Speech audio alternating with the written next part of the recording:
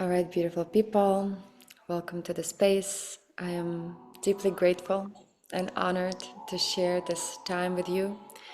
And the knowledge that's been coming to me from teachers, but also from my personal experience, has been deepening and becoming more and more mystical and more, at the same time, very clear.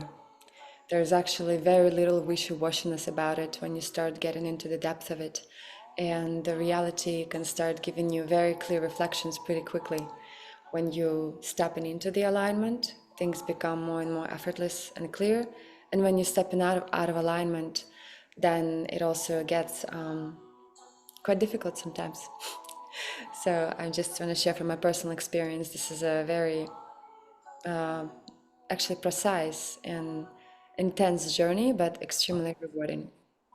So, just to give context to some of you, I assume some of you came from the Full of Mind online school. I know some of you guys are joining from the Alchemy Festival training that I just was teaching at a couple of weeks ago, and some of you are probably just my dear old friends that logging in from all walks of life. So I'll just give you a bit of a context of my background so far, and then we just dive right in. So I tapped into very different layers of this reality, from dancing ballet as a child and being bullied as a child, which actually forced me to go very much within and meditate a lot alone in nature. I didn't even know that I was meditating, but because just so it happened, I didn't feel safe in public environments at some point. I went very much inward. And so actually a lot of the teachings that I'm sharing today right now, in some beautiful mystical way, they started coming to me when I was a child. And then I went through also absolute extremes of an extreme physical violence and some sexual abuse and potentiality of being trafficked, to then fully healing and leaning into the acting training, and then doing a lot of work in my hypnotherapy and ayahuasca journeys. And then last 4 or 5 years it got deep into the Vipassana, Kundalini Yoga, dark retreats, fasting, spending time with enlightened masters in Bali and in India and really all over the world. And so I look at myself almost like a guinea pig of healing and awakening this divine vessel. And now I look at all of the challenges and the difficulties that I went through as a child and as a young woman as actually a profound gift on the grand scheme of things, and a training, an insane training. And so all of that pushed me into deep curiosity into how to heal specific aspects within my being that were not just feeling safe and open to all possibilities of this reality. And then later on, of course, I started becoming curious, wait, but how do I merge now my energy with someone else's energy and actually have really beautiful, healthy, empowering relationships? And when I moved to Bali, right before Corona began, my first teacher told me, I told her that I would like to become a Kundalini Yoga and a Tantra teacher and master. And she told me that if you want to become a Tantra master, before that you have to master your own energy. And for that, Kundalini Yoga is one of the best tools. And I'm super grateful for her like very clear direction. And so this is how I'm going to share with you guys today also the structure of our course. And I have some visual slides to share with you, but I also just want to speak kind of like in the wider picture first. So as I just said, first master your own energetic field, and then merge that energetic field with someone else, with true awareness and consciousness. And so let's talk first about just our own energetic field. I'm sure most of you, of course, know about chakras, or the energetic centers in the bodies that hold a specific level of energy. For a long time, Kundalini Yoga was not allowed to be taught, and it was only passed on in secret. And when it did come out, there's still a lot of like wishy-washiness around it, and like woo-woo, or even fear. And so I started to kind of just studying it for myself, and now I understand it viscerally and physically. So for you, I will try to combine mysticism and biology into one. So every chakra actually has a correlated gland in the body. And so when a specific chakra is fully activated, actually your gland also starts to get activated, whether it's pineal gland or pituitary gland, or there are specific glands in our chest, and so on. And so when those glands are not properly activated or secreted, your body is not operating at its higher, like total optimum, highest potential, which is the precise reason why majority of the people are operating at 3 to 5% of potential. No signs of life on the lavatory service. Sorry, guys. Please mute your microphones, whoever is joining. Thank you so much. And so what we're doing in Kundalini Yoga, we're basically on a very biological level, activating all of your glands in your body. So when they started to secrete their juices and produce hormones in a balanced way, why do we have autoimmune diseases? Because we, again, don't have a fully properly activated glandular system in the body. And why is it not activated? Well, we have gravity. And so because of gravity, in our body, it's kind of pushed down. And so what's been happening is we as humans live kind of like in a very basic level. We just eat, move a little bit our body, and stress out a lot. So the body is actually very much contracted, and the energy, the life force, is not moving through it properly and thoroughly, because majority of the people are not practicing Kundalini Yoga and specific tools of awakening. And so when you start practicing them, and Kundalini Yoga, it's a mixture of physical movements, of breath work, of pranayama, of specific mudras, holding the fingers in specific way, and singing specific mantras that also vibrate specific parts in your body. So when you do all of that together, you start activating those energetic centers in your body.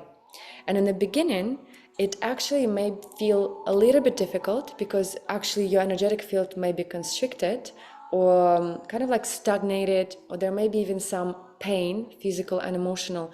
And so in the beginning, when we start doing the practice, you may feel some discomfort or pain, or even potentially have some very strong emotions rising to the surface, and you may want to cry or release and just really let go of something. And so I really welcome you to do so and not judge yourself at all. This is part of the beautiful experience, and it's actually healing already begins then.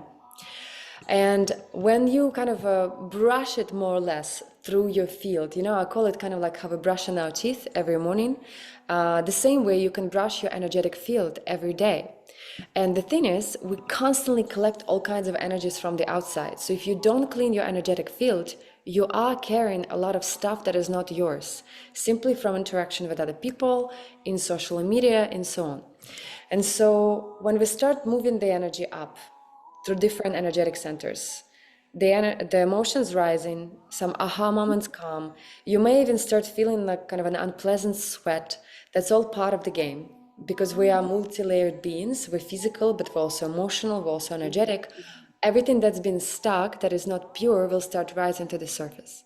And so once you move through that blast of, like, so to speak, like stuck, dirty waters, let's say, right? If for the first time you're cleaning the toilet, let's put it this way. In the beginning, it's dirty, and then it's going to get washed through. And so the more you do of the Kundalini Yoga, the cleaner the waters get. And so at some point, the energy starts rising, and your energetic field, instead of being constricted and contracted, starts to actually expand brighter and brighter and brighter. And then your glands start to secrete. It's been already proven scientifically, and a lot of yogis been witnessed through different kind of tests how actually their glandular system shifts completely once they do the yogic practices properly. And then what happens is that part, that vestige in your body that was completely blocked prior, now all of a sudden the life force can actually move through it.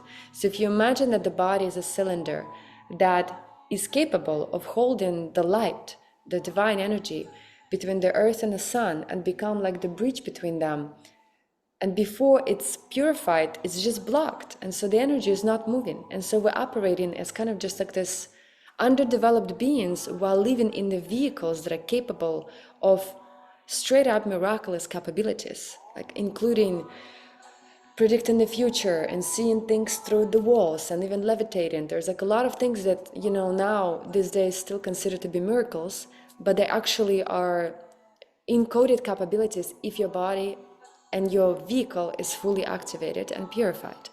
And so once gets purified, the energy starts to move, and all the gifts that every single chakra is holding for you start to open up. And this is where those miraculous capabilities come through.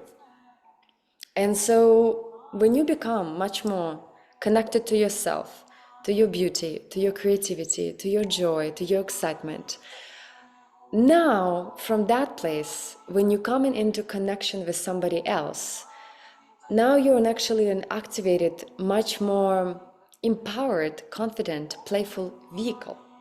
So when you connect from that place, the divine union now will take on a completely new dimension. And so let me talk a little bit about that as well. So to connect in all divinity with somebody else, and I mean like as whole beings, not just sexually or not just having a bit of an emotional entanglement, but totally, fully from sexual center, fully from the heart. I fully want to love you and I accept your love. Fully from mental level, we're matching in our understanding of the world, of our values, of how we go about things in this reality, and fully on divine level as a soul recognizing each other. Then the true tantric experience is possible. And so what I notice right now in the modern spiritual, so-called spiritual, commercialized circles is that when people dive into Tantra and their upper centers are not activated, they can only connect from the sexual, and the upper centers are still actually closed. So there cannot be full total divinity developed if this is blocked. And so I viscerally have experienced it, that the deeper I opened up all of my centers, the more profound my connection with the partner was unraveling, and always more and more and more. And so when we start engaging on those levels as activated or at least semi-activated beings with somebody, and we start looking at each other as a final vehicle of awakening. So the relationship is not just to be comfortable and aroused and excited about each other, but you actually look at each other as a divine gift, as the ultimate guru that gives you 24/7 the reflection of your consciousness, and you're both totally committed to the awakening on all levels. Now you can actually support each other in that. And so from that perspective, the relationship takes on completely new dimension. And something that I also want to mention about this mystical practices, I don't know if you guys know about this book, the Magdalene manuscript, and it talks about the relationship between Jesus Christ and Mary Magdalene. This was a channeled book, and of course we at this time don't have the direct access to speak to Mary Magdalene as a normal human being or Jesus Christ, but there's just been a lot of new mystical information that now getting revealed and channeled by pure beings. And so what is being shared in this book, and I have a deep trust into the channeler. I had a chance to get to know his consciousness on many levels, and I personally can feel that this is a pure channeling, but please, connect on your own. It always has to be your own intuitive guidance, always. So what is shared in this book, that actually Mary Magdalene and Jesus Christ performed exactly these two practices. They don't name it as such, but when they described, it's exactly that, Kundalini Yoga and White Tantra. And so what they were doing, they were first purifying their own vehicles on their own. So when Jesus Christ was going into the desert for 40 days, when he was fasting, when he was praying and chanting and doing everything that we're doing in Kundalini Yoga, and she was doing it on her own in the priestess school, and the preparation again of her vehicle and purification of all the karmic stuff that we all carry within our bodies on emotional, physical, mental level. And so when they got purified enough, destiny allowed them to meet, so now they could become the vehicle for each other awakening. And so in this book, it is shared that their relationship and their channeling of sexual energy was the final frontier and preparation for what Jesus Christ came to do. And I'm not necessarily like considering myself a Christian or not non-Christian or Hindu fan or whatnot. I'm personally interested in the divine energy of the soul blueprint as a whole, no matter from what angle we look at it. You know, as they say, there's a one top mountain, that divine source, and there's many, many ways how we get in there. And a lot of religions and mystical practices pointing at the exact same thing, just naming it with slightly different words. So I've been, you know, a forever explorer of healing, awakening, and expansion and divine union, that now I just start seeing a lot of similarities and I start seeing the patterns. And so divine union considered to be the final frontier for the awakening, and it's considered to be a great gift and a grace and luck to meet a person who actually want to match you in full awakening.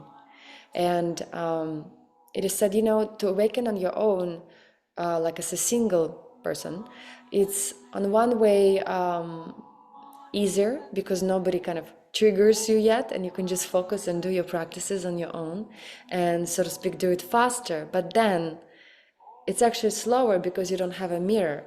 So some things you just don't know about yourself until you have someone to reflect this stuff to you. And I personally noticed, like, many times when I would go into this deep spiritual quests and I would disappear somewhere for a year or 2 years and just practice, and then I think, oh, I'm so divine and enlightened. And then I get into a relationship and I learn, no, not yet. There's some things that you hear still to learn about yourself and witness, and some wounds and some energies can only rise when there's a divine reflection. And so if we can look at a partner like that, not just as a, you know, pleasure center, do all the things for me that I would like for you to do for me, and the moment you don't do what I like, ciao ciao and next. You know, this is like a very quick modern way of being overly stimulated with all this access to so many people through these digital tools and whatnot. But really, to be in a relationship as a divine mirror is a full-on intense initiation. And so the training that I would like to share with some of you that may want to join, that's starting next week on October 22nd, is exactly about that. And it's going to be an 8 months training in which we will be going through each chakra and activating it first as an individual, and then right away reflecting on how would it look like if you would be in a connection with somebody. And it doesn't matter if you're single or you're currently in a relationship, whether you will be tuning in it within yourself and just doing the check-in, or you will right away reflect in it with your partner, which is, of course, also really beautiful and a gift. So that's the structure. You work with your own vehicle, you address as much as you can, you amplify the highest level of energy and purify as much as possible of impurities, of fears, of karmic entanglements out of your body. And so then when you start merging with somebody, you merge on physical, sexual level, on emotional heart level, on the mental understanding, and the divine as souls. And actually consider the possibility that we can actually become enlightened beings in this lifetime, because we have all the tools. And the questioning is, do we have enough of ferocity and intense devotion and true inner desire to actually awaken our vehicle to the highest possibility? And I guess, like the last, I'll just share with you the metaphor, you know, like you could choose on what level you would like to operate in this reality. Like, and I'm kind of jokingly saying, you know, when the human body is not activated and we, you know, eat whatever food we want and we like watch porn and we just kind of follow up with whatever desires come into our body and we just react to those desires, you'll just believe in a very kind of like smaller reality. And it's like a Soviet Union car, Lada. It's like, it's just very limited in its capability. And so when you start doing those mystical practices, you will start seeing so much more and have so much more energy and so much more inner knowing and courage and wisdom that it will just expand on a whole other level, and you enter like into a Ferrari reality.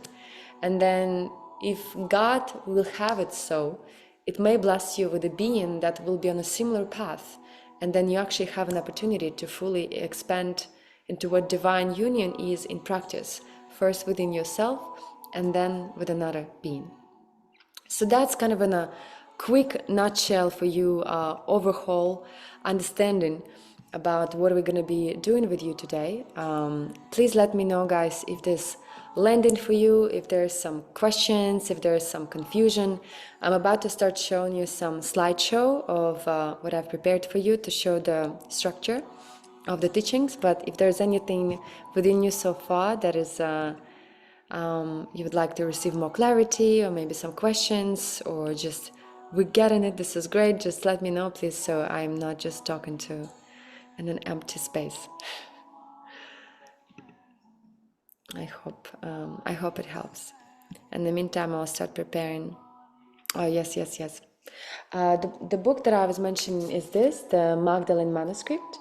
It's just a channeled information of what actually went on between Mary Magdalene and Jesus Christ, and how through specific tantric practices, after they purified themselves individually, they prepared his body vehicle for the ascension. So he actually entered into such a state where he could do what he has done. And the other two books that I just kind of, guys, want to share with you, those are my main points of reference on which I've been teaching for a while now. It's a Kundalini Tantra book by Swami Satyananda Saraswati. I can also put it here into textbook if you like, below. And another one is Kundalini Yoga for the West by Swami Shivananda Radha. And these two books that are really sharing the teachings in a quite deep way, and it's actually interesting. I have the photo of Babaji, who is one of the, he's the guru of the gurus, considered to be an enlightened master, an immortal master who has been living in the Himalayas of India for thousands of years, and comes to specific teachers, gurus, to share with them specific knowledge that then gurus share with their teachings. And it's kind of a lineage of a Kriya Yoga, and Kriya Yoga and Kundalini Yoga are intertwined, but slightly different with some subtleties. And I've been merging it all into one in my own personal practice, and this is exactly how I teach it in my training here as well. So you will experience some of it. Okay, let me just prepare for you the visuals now, and we will dive right in so you have more of a clear visual understanding of what's happening here. Okay. Done. Zoom. Share the screen. Share. Okay. So, welcome to the Divine Union. Within and without, always. As within, so without. I'm sure you've heard that one many times. So before we dive into the actual kind of a nitty-gritty details of Kundalini Yoga itself, and then Tantric exchange, I would like to give you some core structure just so you take away something with you today in case you don't know it deeply enough. And this is a very classic knowledge, and nevertheless it's classic for a reason, because this is truly the foundation. And so this is the 8 limbs of yoga by Patanjali. And so he kind of incorporated the 8 main steps for the awakening of our human vehicle, of our human body. And they are intentionally put into specific order, so we actually lay the foundation for the awakening. And so first one is yama, moral vows: no injury to others, no untruthfulness, no stealing, no incontinence, which means improper use of sexual energy, and no envy. So this is important because many times in the Western mentality, more than anywhere, we think that if I do specific practices, then I will just become enlightened. And what's been proven many times now, that unless you actually carry with your code of conduct, with your behavior, this divine energy on a moment-by-moment basis, even if you know all of the practices perfectly, your body will not awaken. That's just our contract with the divine.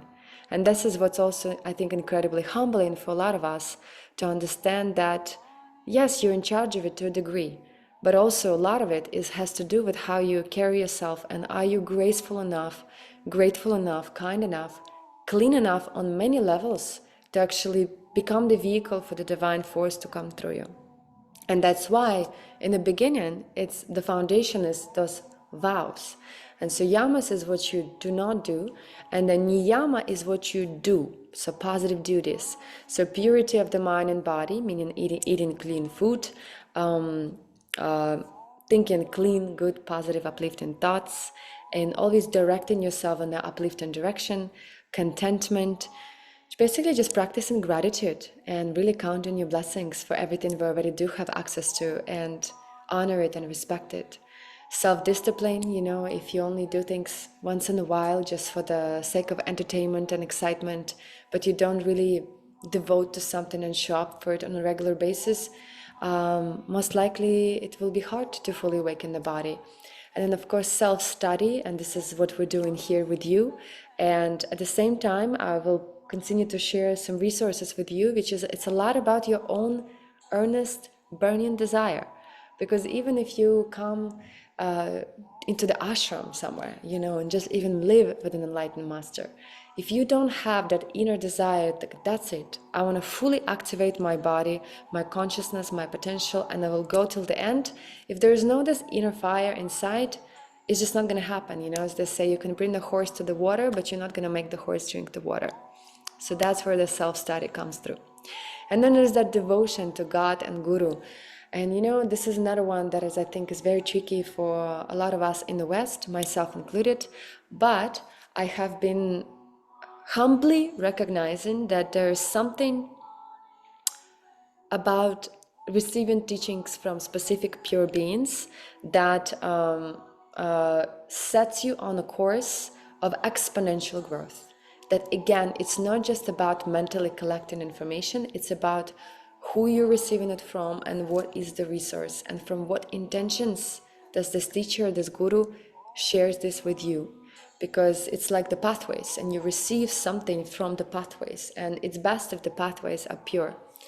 And so from what I've received from my interactions with gurus, if they give you the blessing, it's called the Shaktipat, your teaching becomes just exponentially faster. And also what I've noticed, you actually enter in the kind of like a tantric contract with the teacher.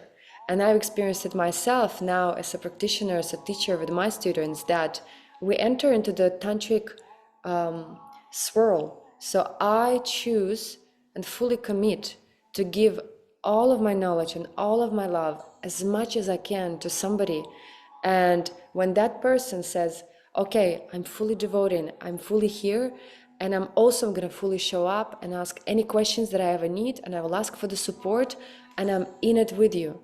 In that way, we enter into the dance that now the divine can come through. And so I give you as much as I can, but it's not really me who is giving, it's through me. And you're starting to actually receive, because you also entered into that tantric dance with me. And you also giving me and teaching me non-stop with your feedback and with your questions and your curiosity and your aha moments and your exponential growth throughout this process. So it really is humbling that we're all just the vehicles for something much bigger than ourselves. And so that devotion, that genuine connection to merge and to really connect from a very reverent space, I can't overestimate it enough. And I've learned it also in my own hard way. Like when I used to come with this, I used to live in New York, and I would come with this kind of demanding, like, okay, I'm here to learn, what are the tools, what are the skills, show it to me, I will go do it. Sure, but it's just then could be just a dry data, and there's no, like, so to speak, divine blessing and love. And so that's why when I look at the modern spiritual ways, there's a certain level of like commerciality, and actually kind of like, if we could make a comparison to lovemaking, it's like a dry sex or sex without love, when people just share teachings and some people receive the teachings, but there is no deep soul connection between the two. And so I intuitively always gone much slower, and in my groups I always keep not too many people so I can personally meet every single student, because I actually want to feel you, I want to know you, I want to hear your voice, I want to know what is going on with you. And so when you speak to me and if you share from the heart, I can actually tune into you and also give you then. So that's just such a big part as well. And so this is the yama and niyama, what not to do and what to do, to set the foundation for the awakening. And so after that, asana and pranayama. So asana, it's our so-called modern yoga. Put on nice sexy yoga pants and do the postures and all kinds of twists. Obviously it's not enough, and it's just a little part of the awakening. It's helpful because when you do specific postures, some, again, lymphatic systems start to move, some glands open up, and then the energy can move through the body easier. But all of the asanas that are offered in yoga tradition are actually designed to open up your body enough so then it can sit in meditation and connect to the divine within. So it's a preparation for the meditation, not for the sake of the posture, but for the sake of the opening of your body, so it can relax enough and be still for a very long time to actually touch that mystical part when you meditate. And so the next one is pranayama, and this is where I would say Kundalini Yoga is the closest one to it, or where we express it the most, because we do a lot of pranayama. We work with the life force through breath. We're moving energies, and the energies are subtle and nevertheless are extremely important because that's the nucleus life force. And so when you breathe specifically deeply, you activate some parts in your body that previously have never been touched by your breath, because maybe your breath right now is shallow. And just check even with yourself, like right now as I'm talking, how are you breathing?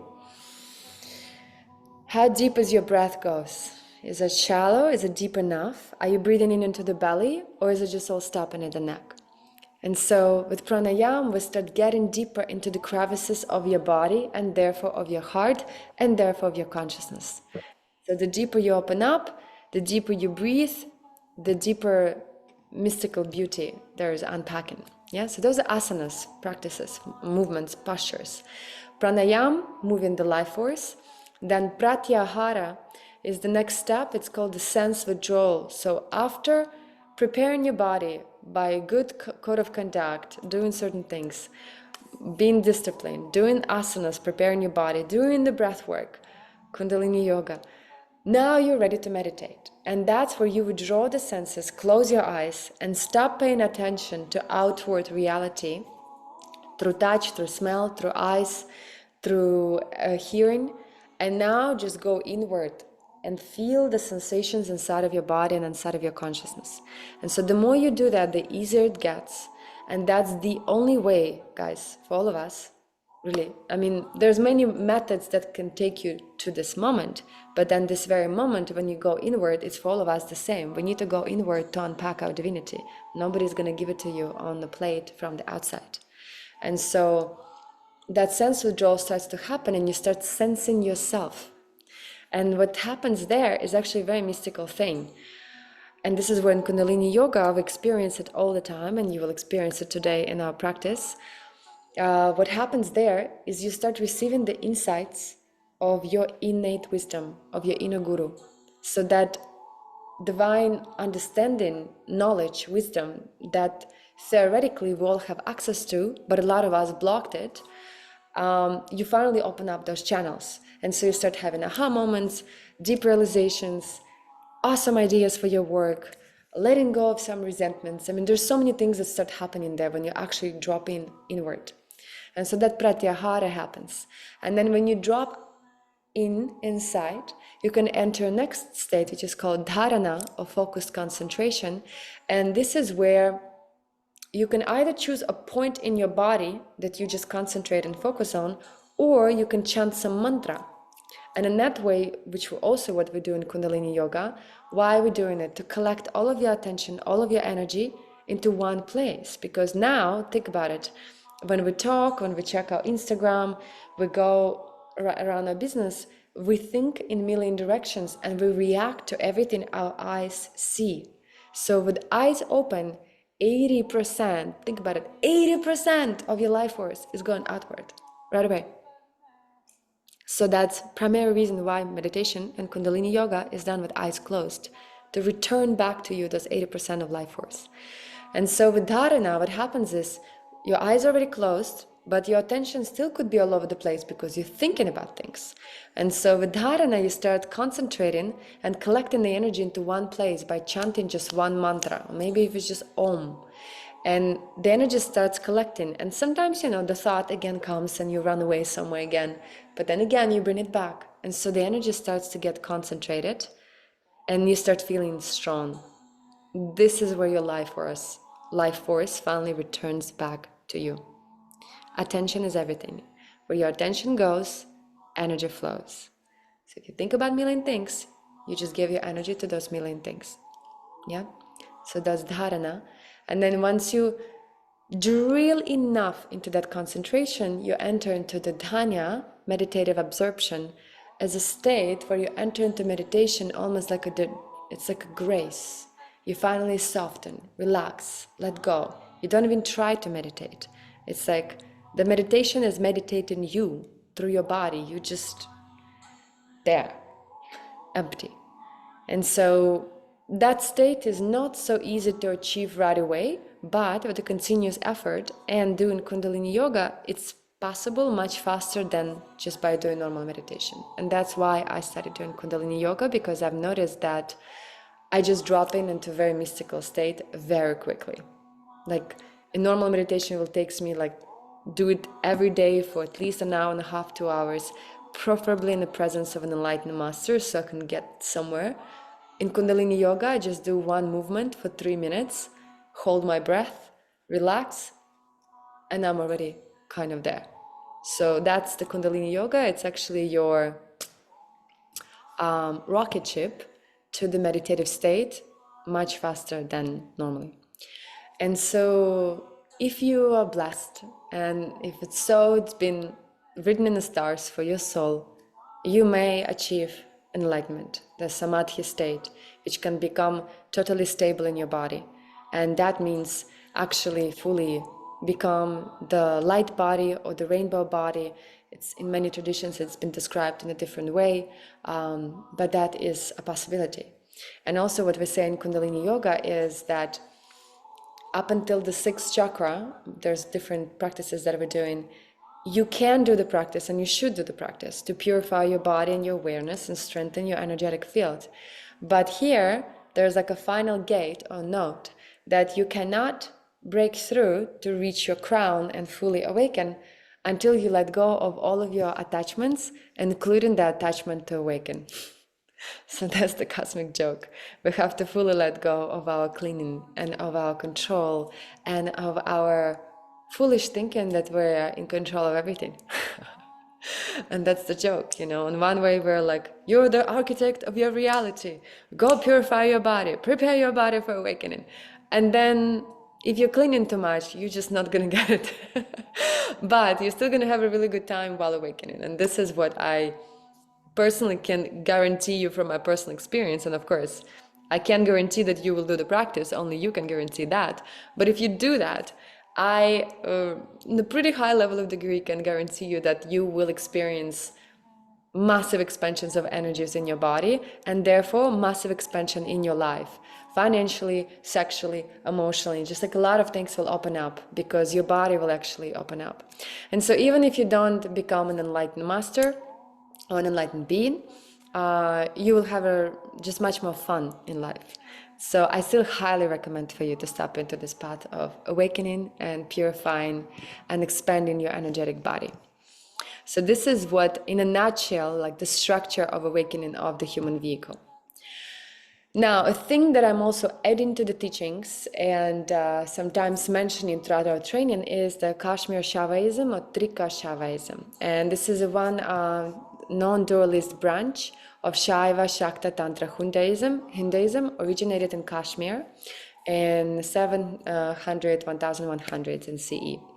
So that's a teaching that from all the divine mystical texts that I've observed, this one combines the Advaita Vedanta, which could be sometimes very dry teaching.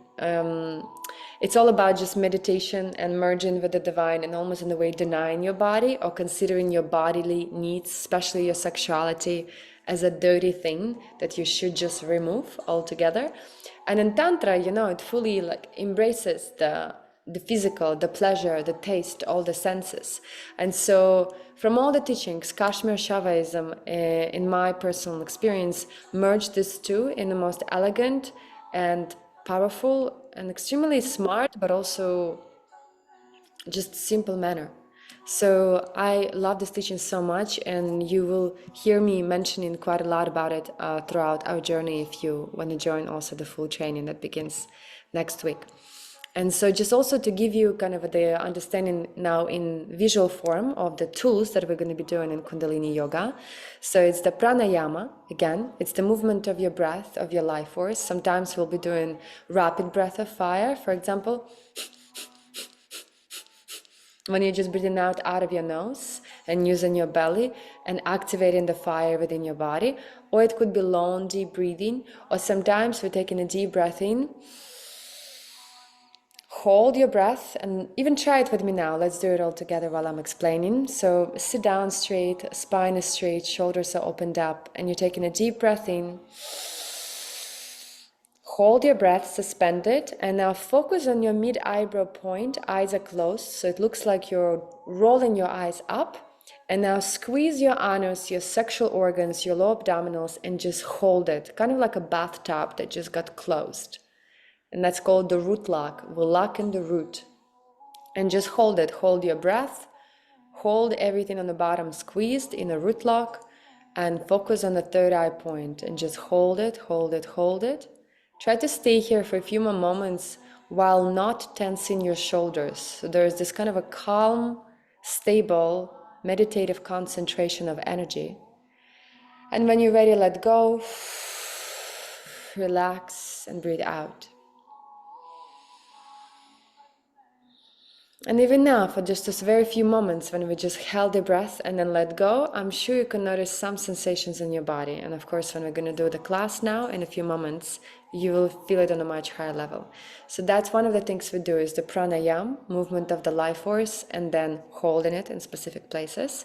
Movements of the spine. The reason we move our spine quite a lot is because the spine is the very structure that holds our energetic centers within it. And so when the spine gets fully opened up and moved, your life force can actually move throughout your spine quite effortlessly without any obstructions. So there is a very simple biological reason for moving the spine. Mudras, which means specific positions of your fingers. The reason why is there's some energetic receptors that are moving through your fingers, and so when you hold in them, you begin the channeling of the energy in a specific way, which again activates a specific chakra.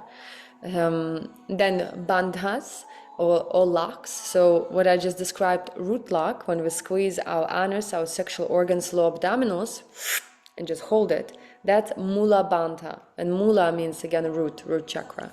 So that's the root lock or bandha on the bottom.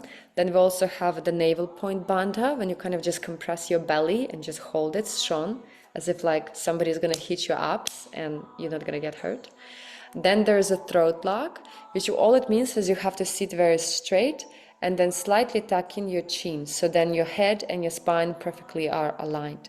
So those are the main bandhas or locks. There's some other ones, but those three are the key.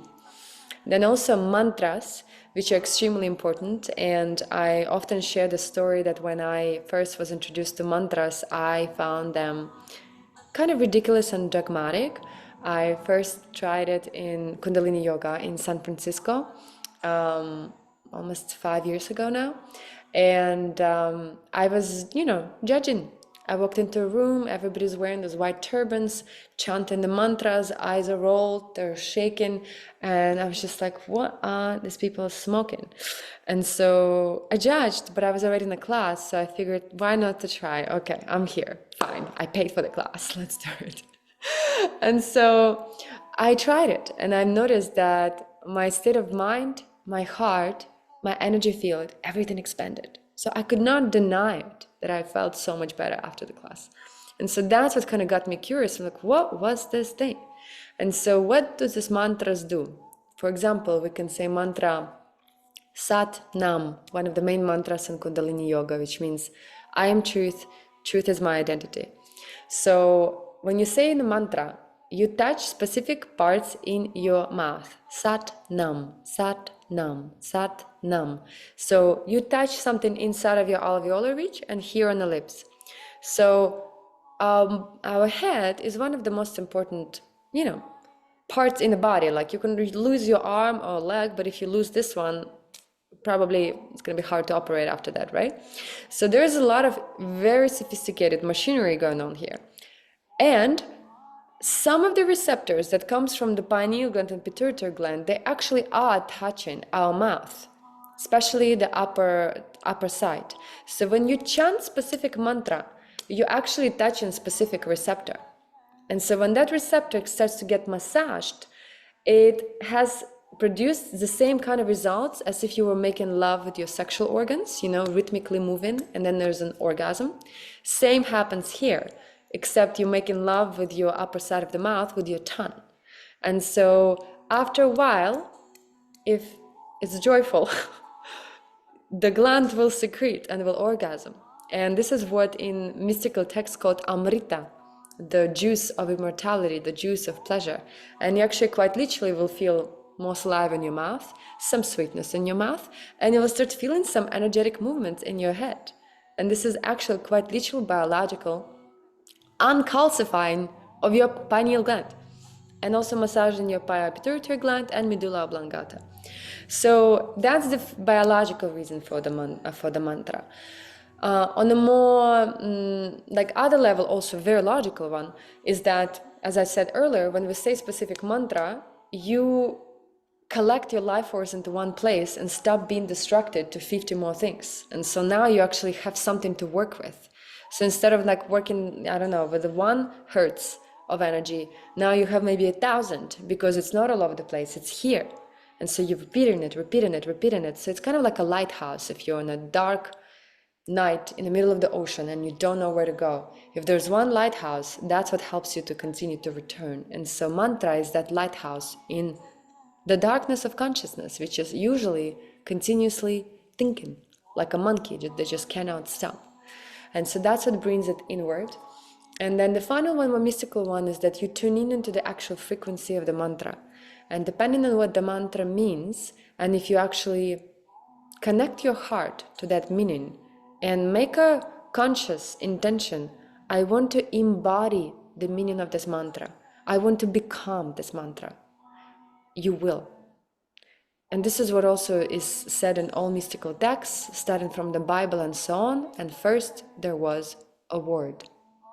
Everything that exists right now on this planet, beyond nature, of course. Nature is the very embodiment of God that figured it out on its own very well. But everything we have in our physical reality that we humans created, first it was a thought, and then there was a word, and then it was an action, and then it was a creation. And so we come back to the nucleus of creation with the mantras. And when we chant it, we emanate like a radio station, a specific signal. And in that signal, you tap into a very pure, special, heightened state of consciousness. And you become that. And this is where we say where the switch happens. Instead of you chanting the mantra, mantra starts to chant to you. And you just relax. And because human body is mostly made out of water, 70%, we're extremely osmosis-based creatures. So anything in our environment impacts us, but everything that we personally vibrate impacts us right away. So choose what you vibrate, because you code the cells of your body in every single moment. And when there's this direct intention and concentrated repetition, it's just times a million more powerful. So this is the meaning of the mantra in a nutshell, and there's more to unpack, of course, throughout this journey, but this is, I think, enough for now. Now, drishti, or the focused gaze. So in Kundalini Yoga, we, for majority of the time, looking at the third eye with eyes closed. Why are we doing it? Because we constraining specific muscles in our body that again massaging the pineal gland and pituitary gland. And in the beginning that can feel a little bit painful. You may even have a headache, but just don't worry about it. If it gets too hard, just relax and look down somewhere with eyes closed, but just relax them. And then again, come back up. It's just kind of like any sports or any form of dance. In the beginning you come, you kind of just feeling a little shy and a little awkward, and you're just starting out. It's all perfect. We just have to meet our body exactly where it's at and love it and dance with it. And the final one is visualization and relaxation. And this is something that is very much practiced in Tibetan Buddhism, visualization, experiencing the light. It's also very much utilized by samurais in Japan culture, in Japanese culture. They visualize the golden light coming into them and pouring into every cell in their body as they're shining it out in all directions. And also in any meditation, hypnotherapy, often I'm sure you've experienced it, that it's suggested to imagine the white light or specific light emanating out of you in all directions. And so if you allow yourself to visualize it while you're doing the practice, it's going to be much more impactful. So basically, we're just using all the mystical tools into one place. And the final one, the last one, but nevertheless extremely important one, is relaxation. And so this is something that I personally found to be extremely important to incorporate into all of the practices, because again, I feel that every act in our life is actually a love-making act. Because when you cook a meal, if you cook a meal with like anger and exhaustion and just kind of throwing it in there, imagine the energy that's in that food, and then you eat it. Or imagine the energy with people in the public places cook the food when they don't even want to be working there, for example, and then we eat it. So actually every single object is encoded with certain information. And so relaxation is that state of graceful, playful, devotional energy with which you come into the bedroom. And so whether you come into the bedroom, let's say with God, with divine energy, as you begin your practice of Kundalini Yoga, or you step into the bedroom with a lover, it's actually the same thing. And what's invited is obviously genuine desire to connect, obviously profound reverence and gratitude for that energy connecting with you, and relaxing into it, so then you can actually enjoy the whole process. Because if you're tensing too much, or if you're judging yourself too much, or if you're forcing to do it but you actually don't want to be doing it, it's like an energetic self-rape, if I'm talking about the yoga practice.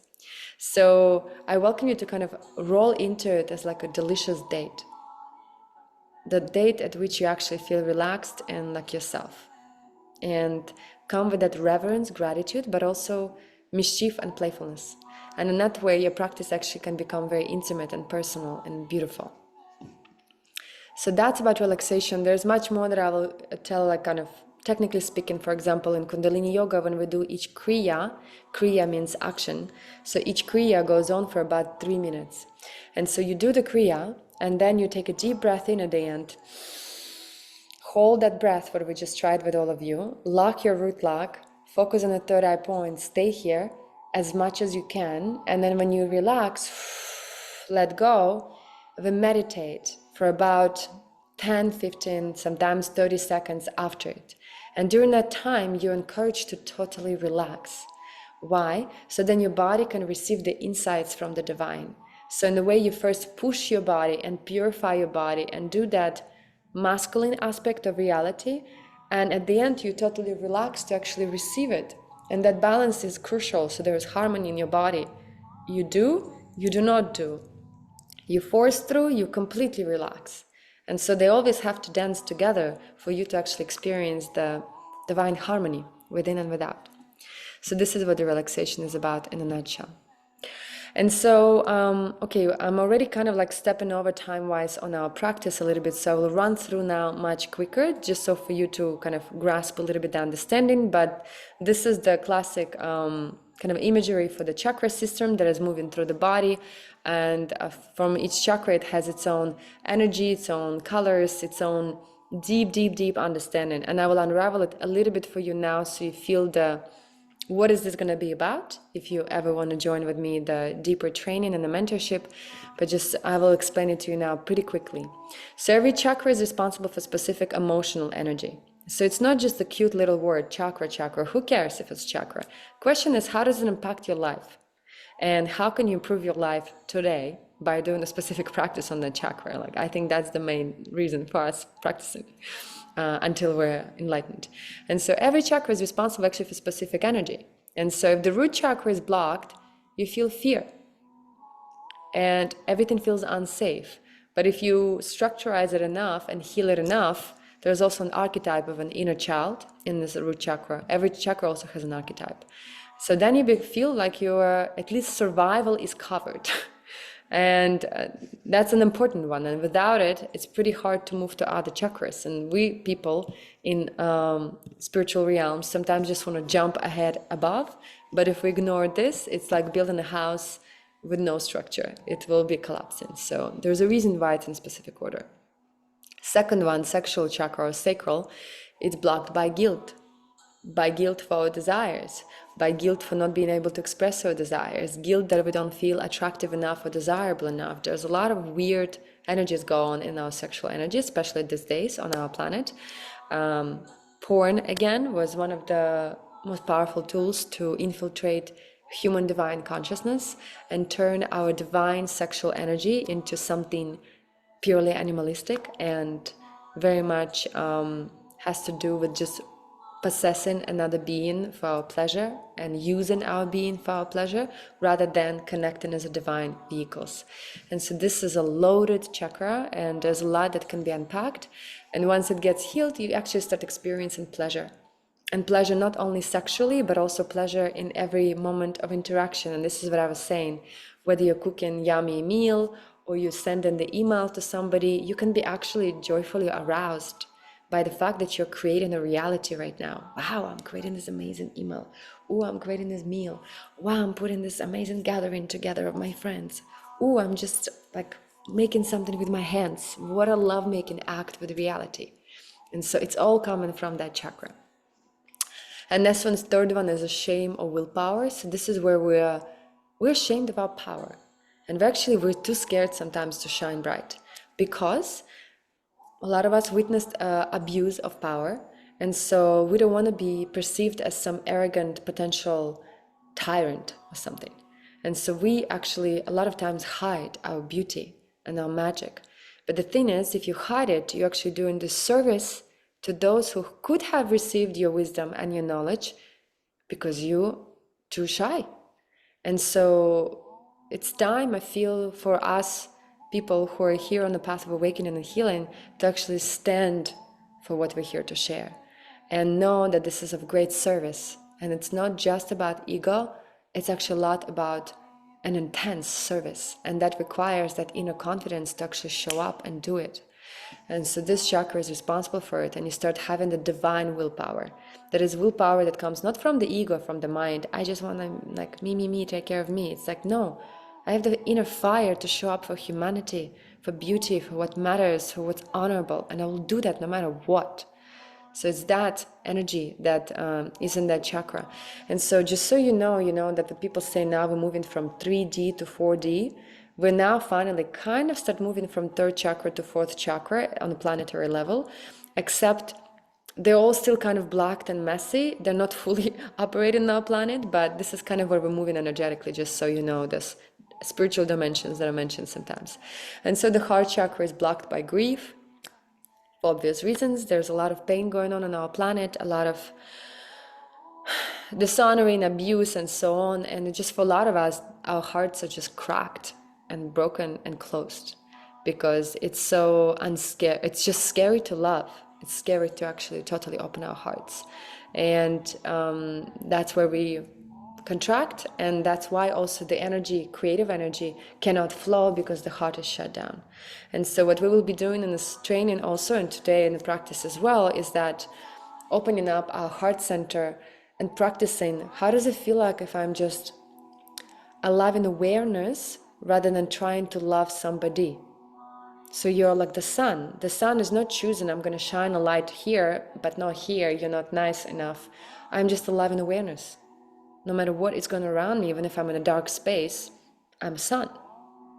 So we will be emanating it outward, but first, of course, attending to our own inner needs first, and from that place shining outwards. So this is what this is about. Throat chakra is about being blocked by lies, and it deals with the truth. So this is where we're too afraid to speak our truth, you know? And again, our society has been perfectly designed for a lot of us to actually to shut up and don't say the full truth, because if you say, you can get punished, kicked out of your community or your family, fired from your job, and many, many, many other things. So this is where we live right now, guys. And so just it's good to kind of acknowledge it, like, well, yep, this is when I incarnated, okay. And still now develop first the inner truth with yourself, then at least be totally truthful with a few people in your life. And this is what in spiritual texts they all say, the importance of Sangha. Sangha means your closest circle of people who are on a similar path of awakening. So maybe you will sound insane to some people, but at least a few people you gotta need to be able to be totally honest with, so you can actually practice this capability. And then, you know, if we go bigger and bigger in the world, our speech gets more refined, and we can still say the truth while being sophisticated enough to understand how not to put ourselves in danger, and tune in where our truth is needed and where maybe it's not going to be received yet, and maybe it's just best to be in silence. But at least you know you have the power to shine. So that's the throat chakra. And then the third eye, our intuition, so it's blocked by illusion, and it deals with insight. So when our pineal gland is blocked, basically we're operating within the limited construct of just yourself. Like, you think you're just the body that may have sometimes spiritual experiences. But when the third eye opens up, we recognize that we're actually a divine spirit that now currently is entrapped into this little meat suit, spacesuit, but it's massive. And it actually already knows everything, and it has this divine knowledge of everything. And so when the third eye starts to open up, this is where they say you have this divine aha moments, divine insights. You just know. And this is what they say about intuition, you know, especially in women, but men also have that intuitive hunches. You don't have the data yet, you don't have any proof yet, but you already know. It's that. And we all have that. And so if we don't ignore our intuition, our source connection starts to get bigger and bigger and bigger and bigger. And that's where the mystical switch starts to happen, when you actually start becoming fully guided by the divine 24/7. You don't even need to doubt it. It's just so clear, it just keeps coming. And so this is where the opening of the third eye means, and there's specific Kundalini Yoga practices for that as well. And we do it all in balance, moving from bottom up. And then the final one is that's what I said, the ego attachment or any attachments. If the crown chakra fully opens, where we totally let go of all the attachments, even our attachment to our identity, attachment to who we think we are, attachment to relationships, to many things, attachment to everything, and just let the divine guide us, then we may potentially be touched by grace, that we actually awaken and experience the cosmic energy of all of it. And so this is the journey through the chakras. Of course, they're very much kind of like interconnected, and you know, one, like for example, sexual chakra is very much connected to our throat chakra. So when your throat is blocked, your sexual energy is blocked, or vice versa. When your sexual energy is blocked, your throat is blocked. They dance in couples. So, and the root chakra is connected to your third eye. So the safety and the insight that come together. If there's completely no safety, it's pretty hard to get insights. So it's kind of an interesting game there that goes on. And then the willpower is connected to the kind of the crown chakra. And then the heart is like the bridge that's holding it all together. So they're all interconnected. And let me just move very quickly here, because we are short on time. I'm also going to be sharing some teachings of Jinkies in my training, just because I personally have been so deeply impacted by those teachings, and they fully correlate with chakras awakening.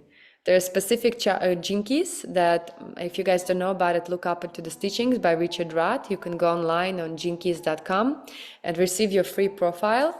It's a teaching that combines astrology, biology, mythology, Tao Te Ching, and human design, on which it was built.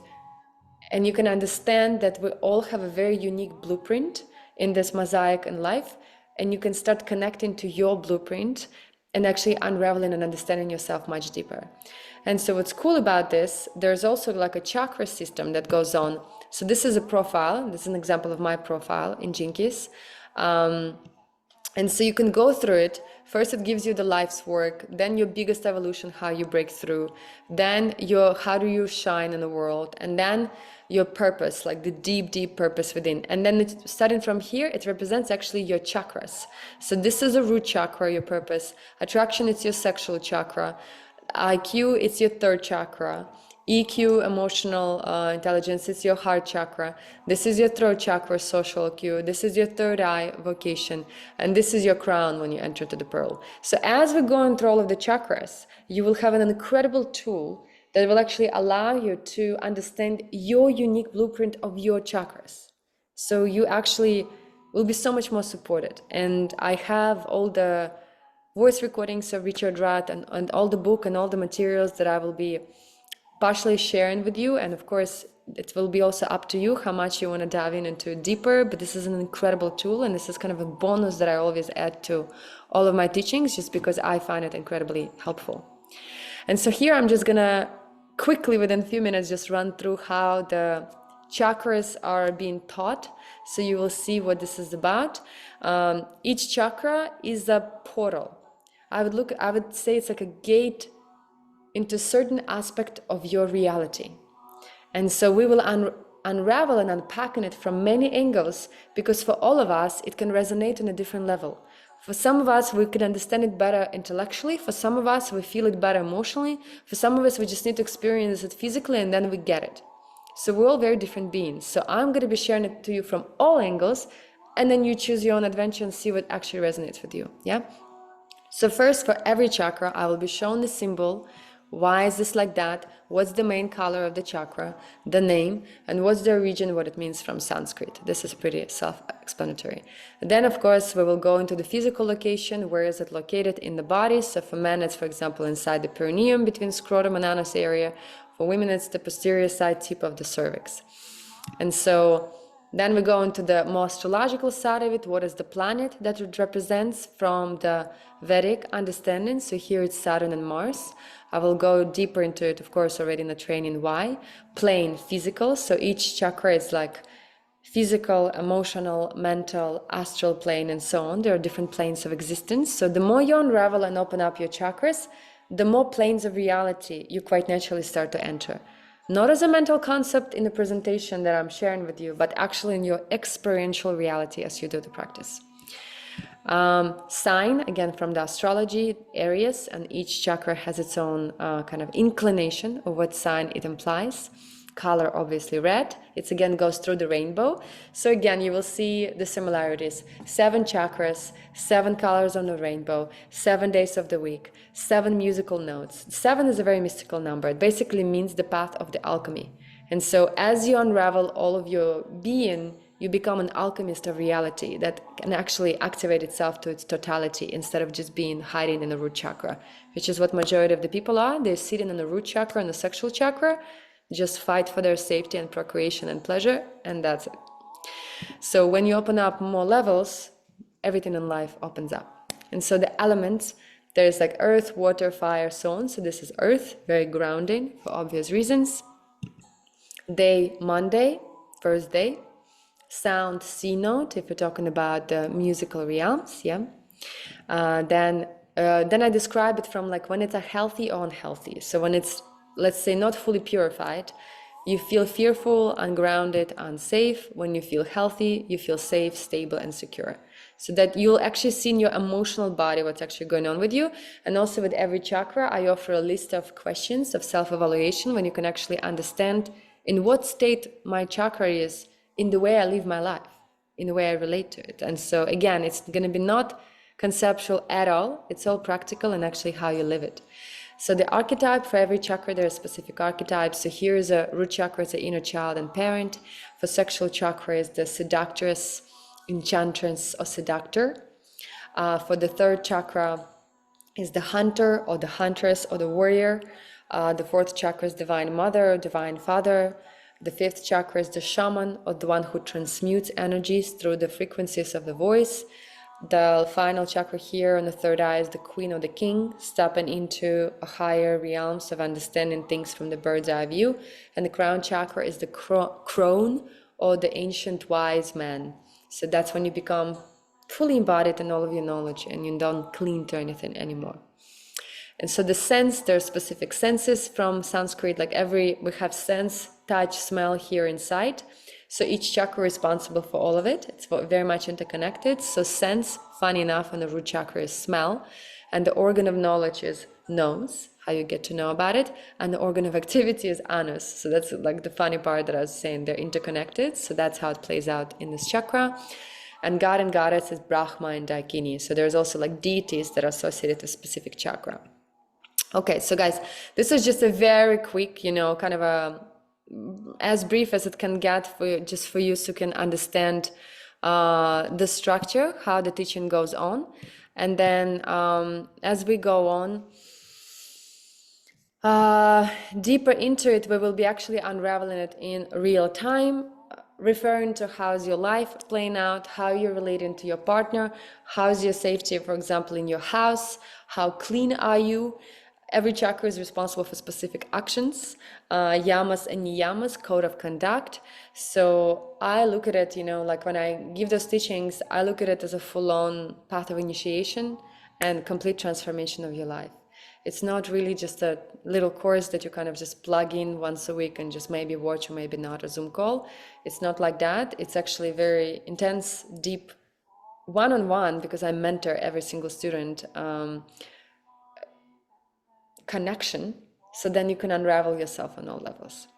And then from that place of much deeper self-awareness and energetic expansion, when you engage with someone else, we will be unpacking your relationships. And so you will be invited to share how you're relating to your partner, to your life from the root chakra, how you're relating from your playfulness and sensuality, and so on and so on. So we will be seeing that as within, so without.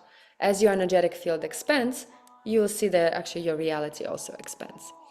And this is where I'm talking about the White Tantra, rather just normal modern Tantra, which I don't even want to call it Tantra. Tantra these days is a dirty, horrible word that I'm just almost like ashamed to even mention, even though it is an ancient word.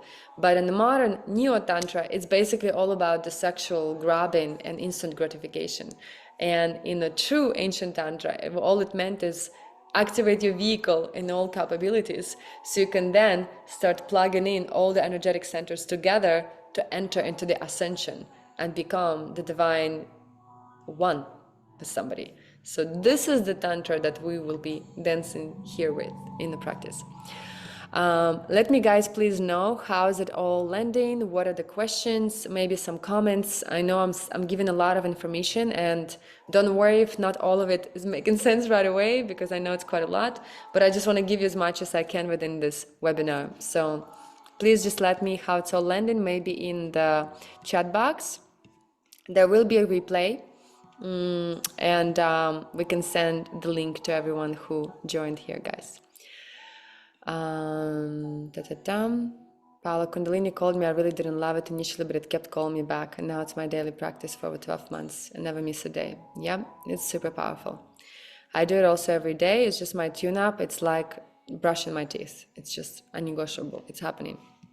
So the chakras, it's considered to be the whirl or the energetic conjunction, where a specific quality of energy is entrapped, or let's say can be activated if you fully move your life force through that gateway. So I would look at the body as almost like a Swiss bank account, and the energy needs to move through every single code, very specific code.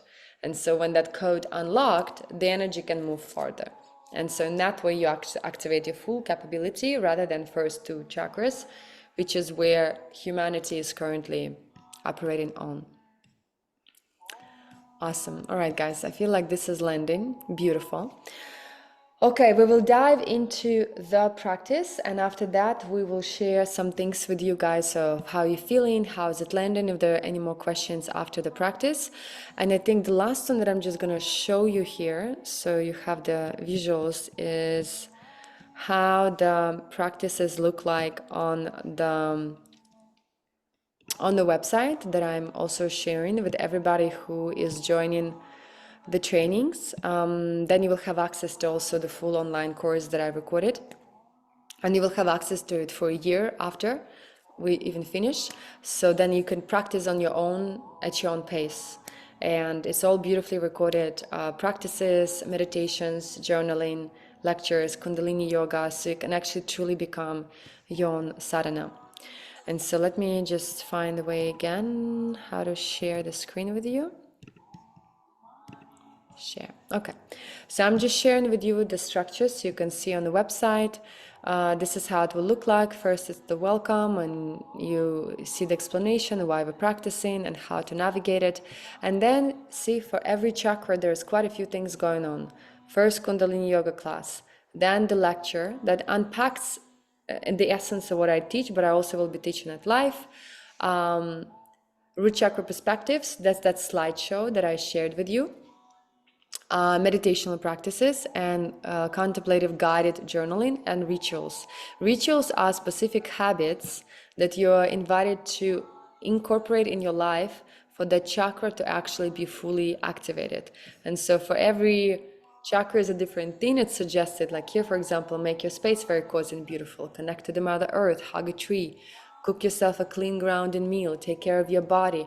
For different chakras, there are very specific practices that are recommended to do. And for example, if we're talking about a class, then it's a beautifully recorded class with high level of like sound and visuals, and you're just gets impacted and you're basically just invited to connect to your speaker and just do it. Yeah. So basically for every single chakra, you have a full journey that is there for you to practice on your own. And really this is kind of my key for those trainings that I launch. The biggest gift, of course, is because I will be guiding you guys live. So there's going to be 2 calls a week, and a lot of sharing and a lot of reflecting. So you each are guided individually as we're going through it at the same time. We're a group, but I connect with every single one of you. And then you also have the tools to now practice every morning, so then you can actually see the impact. Because with these magical practices, if you don't practice it every day, sorry, it's just a conceptual conversation. So it's all about the actual practice and changing your life. And when you start noticing how your energetic body is changing, you will see that a lot of things will start changing in your life. Habits will start shifting. Some people will literally fly out of your life and disappear. You will feel like you will have to close some relationships, some new relationship will come in. You may change your career, you may change the pricing on your services because you will feel the value of your own energetic field on a higher level. There's just literally, it's such a quantum expansion in many dimensions. Depending on what you're ready to expand into, this is exactly what's going to open up during this field. And you will actually literally make in love with reality on a daily basis. And we will, of course, will continuously come back also to your way of relating to a human being, if you're in a relationship, or preparation of your body to enter into divine union relationship, which is also extremely important. And I think this is something also that's very much undervalued in our culture, that if you're not in a relationship or you're single, you're considered to be maybe less valued or something, or less loved. But really, if you want a specific high-level relationship, and you know you're maybe still just a bit of a mess, we all carry that within, we all have it. And maybe you just need to, for a little bit, to be with yourself, to actually attend to your energetic field, acknowledge your wounds, acknowledge your traumas, hold yourself, so then you clean up your inner house enough so when you come into connection, you don't just vomit out all of your trauma into it, but you're actually in a co-creative connection. And maybe this is your preparation for your divine partner. And maybe your divine partner is preparing right now as well for you, And there is this divine grace again of us as beings. We think we're in control of everything, but there's a higher knowing. And what I've noticed is everything is actually frequency based. And so when you emanate specific frequency, and it's not just an accident, and you didn't just feel it once in a while, or just this one ayahuasca ceremony or one meditation, but it actually becomes stable. And now you emanate it on a daily basis. Boom. Now that matches what you actually maybe want, you know? And this is where our work and self-responsibility comes in, and will continue to mention as within, so without. Everything is just a reflection of your energetic state, and especially of your subconscious state. And Kundalini Yoga really unravels your subconscious journey, because we don't know what we don't know. There's some traumas that are in our bodies that are so forgotten and masked. They only can happen when either somebody triggers that wound, or if you do some subconscious energetic work like Kundalini Yoga and hypnotherapy. And that's how you unravel what's actually going on underneath, in the bottom of the iceberg. And when you unpack it, heal it, all of a sudden that pattern is not part of your reality anymore. So there is again that utter self-responsibility, and at the same time devotional surrender to divine, to bring you things that it knows is best for you. So that's the journey. I think I've shared enough hypothetically speaking, and now it's time to practice. Yeah, beautiful. And yeah, guys, this is going to be also a lot about, of course, self-worth, as cliche as it sounds, but it really is that. I would say it's like, you know, we're a sphere of energy. And enlightened masters, if you can imagine, it's like a ball of light that has no holes. And so human beings, we have like contractions and holes in our sphere. And so what we're doing in Kundalini Yoga, we're traveling with the life force in different aspects of our energetic field, find the spots that are contracted and blocked, bring awareness and love into it, and it softens and opens up. And so the more you open up those little knots, contracted knots in yourself, the more light you start to shine. And this is where you become, instead of I want to love somebody, I want somebody give me something, you become I'm alive in awareness. I'm so beautiful, I'm magical. And I am an energetic match for whatever comes into me. Thank you. And that's it. And so from that place, we'll just, we enter into lovemaking 24/7.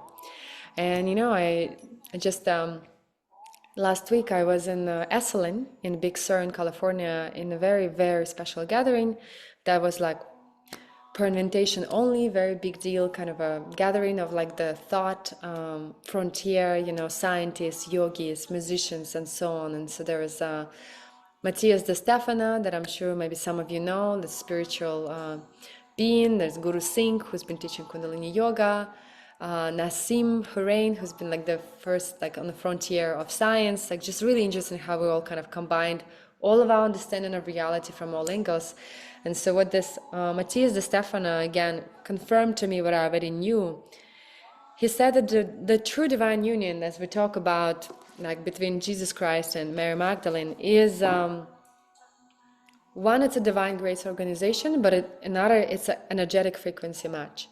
So take total full responsibility for your frequency, purify it to the highest capability, and then trust the match will come. And don't be impatient either, because if you're just gonna rush through some of your wounds because you just don't want to think about it, it's still gonna catch you on the ass in the next relationship. 100%. So let's just address it. Love yourself a lot. Understand that even time is a mental concept. There's actually really no time. We're just in the capsule having a really good time. And so as you're unpacking yourself from all angles, healing yourself, loving yourself, reality will bring you exactly what the match is for you. And if there's still a lot of wounding to unpack and you cannot unpack it alone, it will bring you the perfect partner to trigger that. Trust me. Universe is so smart on that one. And if you don't have these triggers anymore, then there's going to be no one to trigger it. So very simple. So just enjoy the inner unraveling and really a divine play and divine lovemaking with the universe on a moment by moment basis, and trust that it's all here for you. Even the hardest of moments, they really are here for you to trigger something or open up something inside of you, so you're inspired enough to infuse it with your own inner awareness and love. So that's the story about the Kundalini Yoga and Divine Union and White Tantra connection.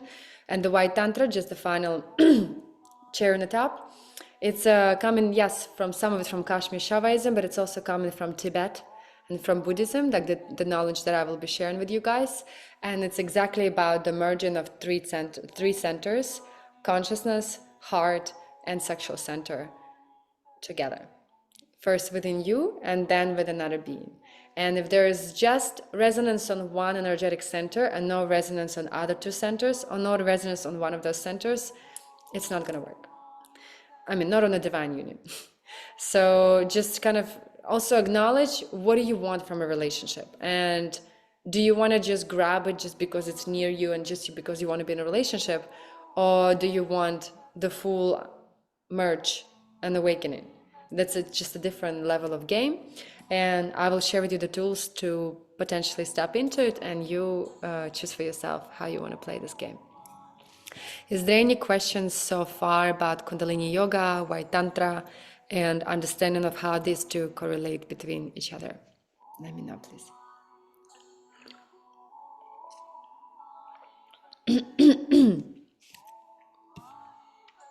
All right. I think it's all landing good enough, whatever is happening. All right, beautiful people, I guess let's dive into the practice itself.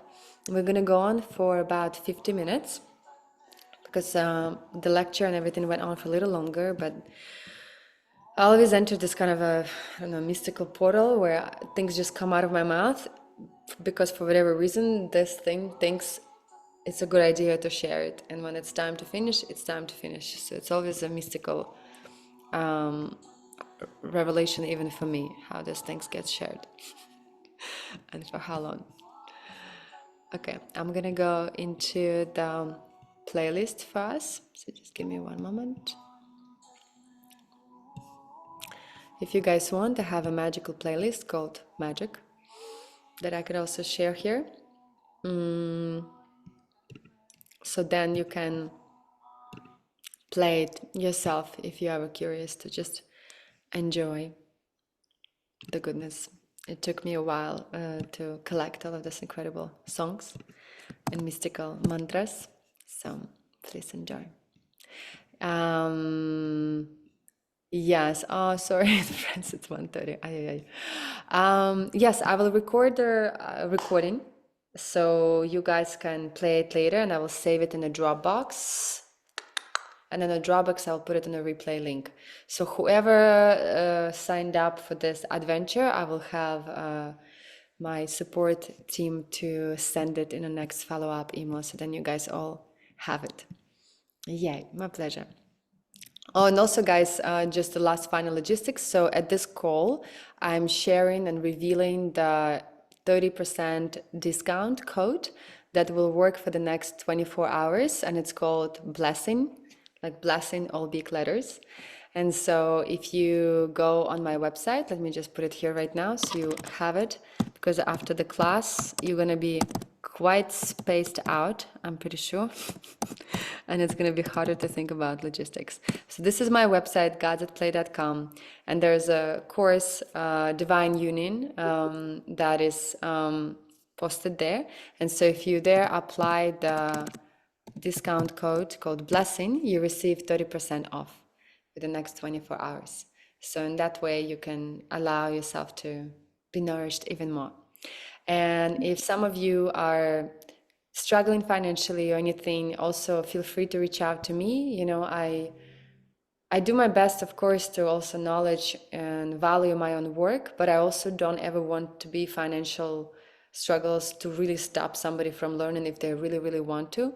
So if you really want to join and you want to ask to join for maybe slightly bigger discount or ask for a payment plan, reach out to me personally and I will do my absolute best to find ways so it never stops you. I personally received so many blessings from so many teachers, and so many teachings I received for free and lived in ashrams, and I just feel like it's my personal responsibility to also share as much as I can for free, while of course also honoring my human needs. But yes, if you have a strong desire and you want to join, please join. The training is, I think it's like $2,222, but with a 30% discount, it becomes $1,555. And it's 8 weeks training with 2 Zoom calls a week, with lots of personal guiding, with WhatsApp group where we communicate every day, with the Dropbox where all the materials will be saved, and with an access to my online course, which I just shared with you for a year. So it's actually a pretty packaged, massive gift. And of course, my personal mentorship of everyone who joins. And I will take my time to jump on the phone calls with you, either before the training or in the middle of the training, to get to know every single one of you. The divine always organizes just the perfect number that I can handle. I'm always amazed by that as well. So just know this is going to be very kind of deep interaction. I really believe that's the only way for us to awaken, is actually to be deeply in touch with each other. So those are the logistics, and you can of course ask more questions at the end of this call, and let's dive right in. There's my email if you guys have questions, so I'll put it there as well. All right, let's do it. Let's do it. So I welcome you to get comfortable. Hold on a second, I'm just gonna close those pages. Get comfortable in a way that you can be sitting and just feeling like good about yourself. So maybe you're sitting on a pillow, something that gives you structure under your back. I've noticed when people just try to sit down on a flat surface, the spine collapses. So the spine really helps when it stays straight. For some of you, if you have some conditions that do not allow you to sit on the floor, on a pillow, then just sit on a chair. A lot of our practices are done just with sitting up. So this is possible for all of us, which is another great part about Kundalini Yoga. It's not like a normal Hatha Yoga, it's yoga of consciousness that we're working with. So it's more with your awareness and your breath. So you can be sitting pretty much almost in any position. And ladies, if you're on your moon, on your period today, instead of breath of fire, we'll be doing long, deep breathing in, breathing out, breathing in, breathing out. So then the bleeding doesn't get speed up too fast. And we open our practice always with the mantra 𝘠𝘚 Namo Gurudev Namo, which means I bow to the creative wisdom outside of me, 𝘠𝘚 Namo, and I bow to the inner guru inside of me, Gurudev Namo. So what it means is 𝘠, it's a very feminine sound. It kind of sucks everything in. Like even now, try it with me to vibrate the sound 𝘠, 𝘠. Close your eyes, focus on the third eye point.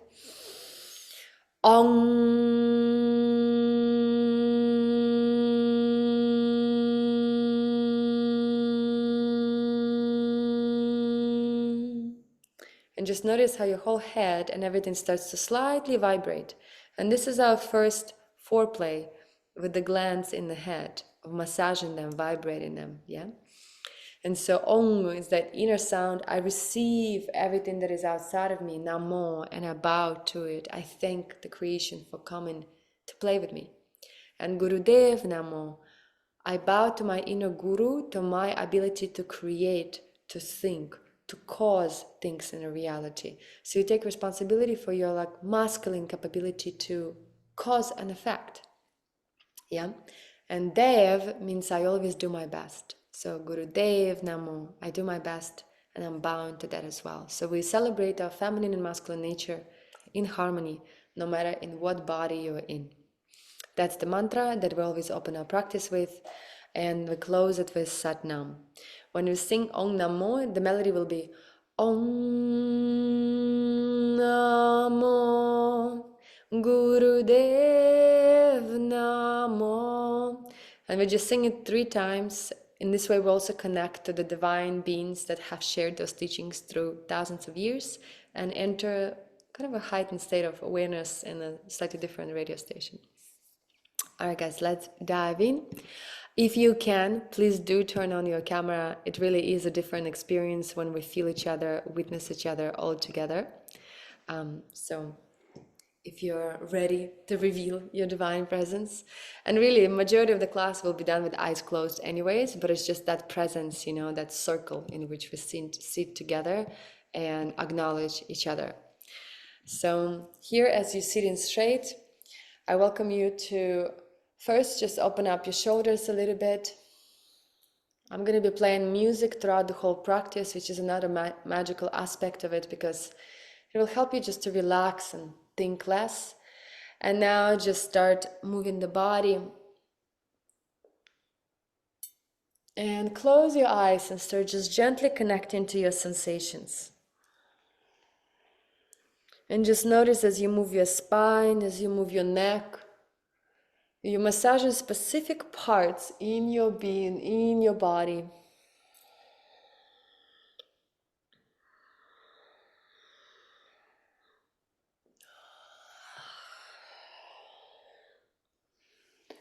And you massaging it and feeling it, and then maybe rising the hands up and then stretching it a little bit to the left and opening up one side of the body. And then moving to the other side.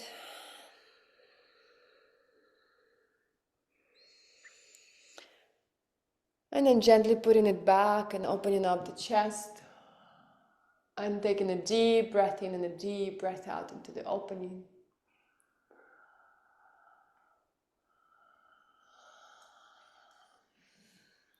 And just overall notice where would it feel good to stretch, maybe even stretch your legs. If you've been sitting up on the floor already for a while, just acknowledge your body and give your body exactly what it needs.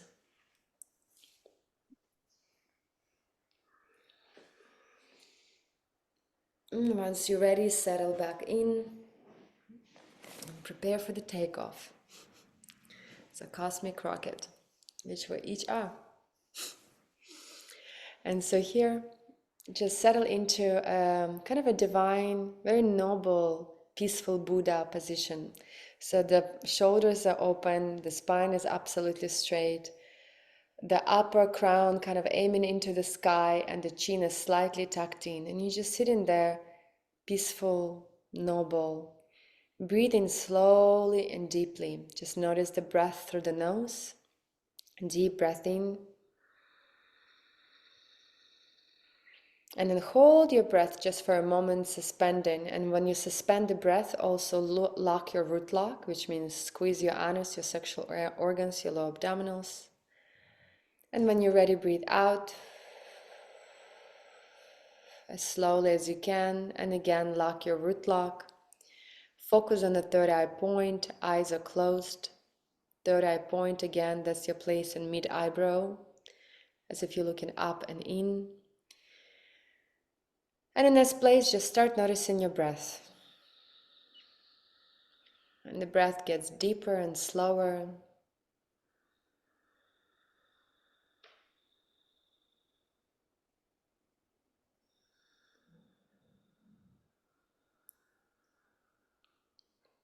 And as it's getting deeper and slower, scan and relax your body. Your third eye, your face. Relax your shoulders. Notice if there have been any tension in your neck or in your shoulders. Drop it, like pleasantly heavy. Relax your heart, relax your chest. Relax your belly. That's a big one. Kundalini will also suggest to keep your spine straight, but your mind, your heart, and your belly completely relaxed. And just let go if there's any tension. Let go of sexual organs, tension, any tension in the hips, and your legs, your arms, your hands. Just let go of everything. Just keeping the spine straight and noble. Everything else is relaxed. Relax your face. That's another organ that holds a lot of tension usually.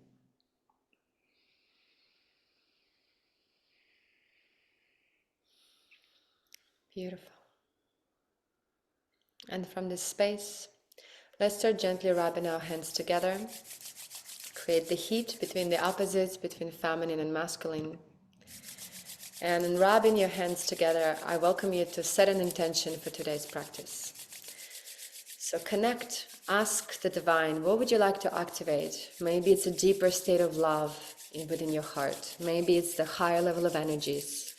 Maybe it's letting go of some traumas and some limiting beliefs and stories that you know do not serve you any longer, and it's time to let them go. Maybe it's to fully awaken and get enlightened in this lifetime. Maybe it's to meet your divine partner and match with your frequency. So just get very specific so that intention is yours and it really sets your heart on fire. It's important for you.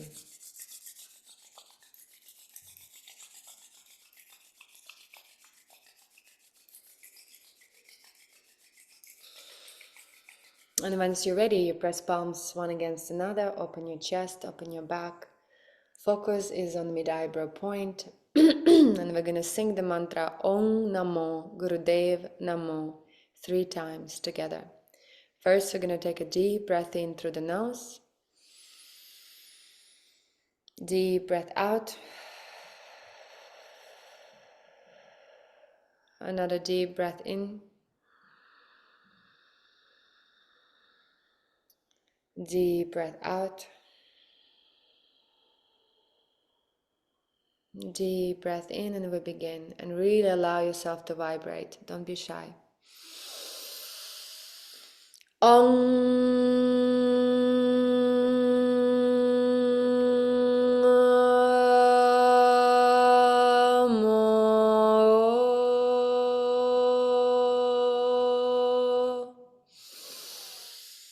Gurudev Namo.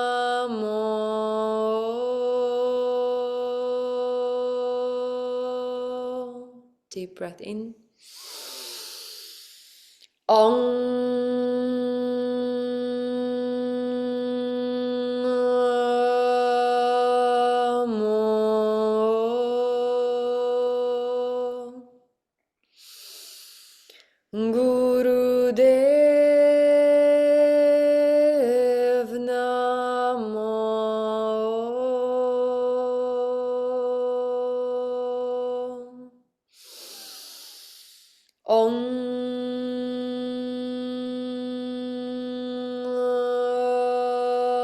Namo.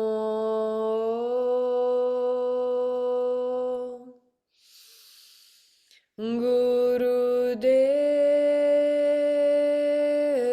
Namo.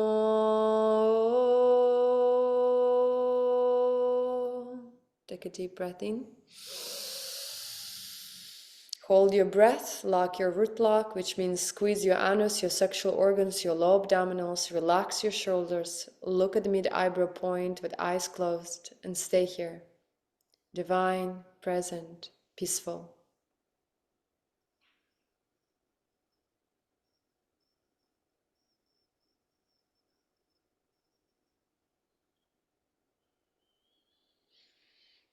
And a deep breath out.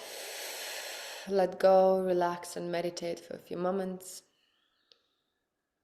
Hands are relaxed on your knees, palms up or down, and just let go and witness your presence.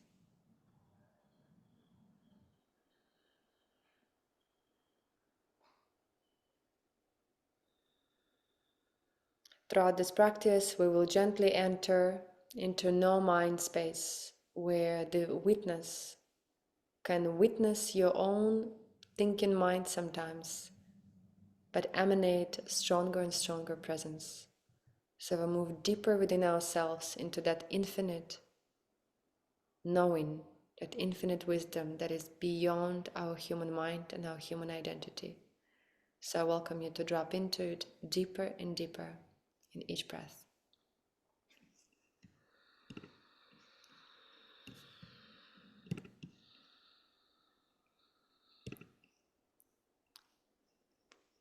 And from this space, we will gently transition into our first practice, which is called Cat and Cow. I welcome you. If you're sitting somewhere and you cannot get on your fours, on your knees and your hand, then you can just do the practice like that. Breath in and opening the chest. Breath out and closing the chest. So it's breath in, breath out. Breath in, breath out. And I really welcome you to really open up. So don't just try to do a little bit. Of course, if it hurts, be gentle with yourself. But if you can, try to open as much as you can and close as much as you can. Now, for those of you who are at home and can get on the floor, I welcome you to get on your fours, hands under your shoulders and knees under your hips. And so you're going to be taking a deep breath in, bringing the head and hips up, And a deep breath out and bring the head and hips down. So it's breath in, breath out, breath in, breath out. And imagine the mantra Sat Nam. Sat when you open and breathe in, Nam when you close. Sat Nam means I am truth, truth is my identity. I always follow my intuition, and you connect to your inner knowing. Okay? Let's go.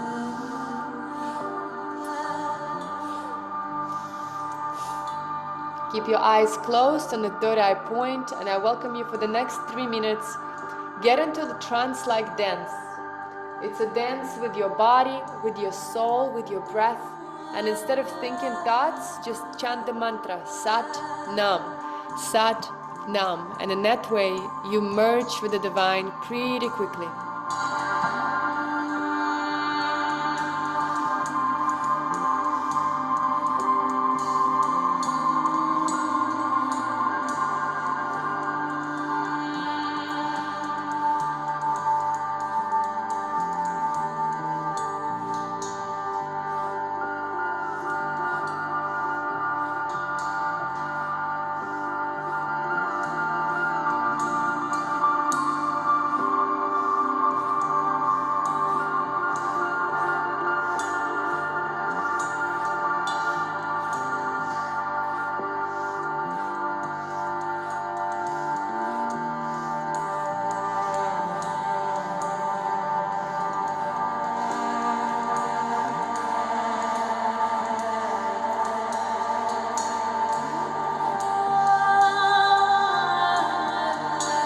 Slowly speed up if you can, and do it faster and faster and more dynamic and more strong.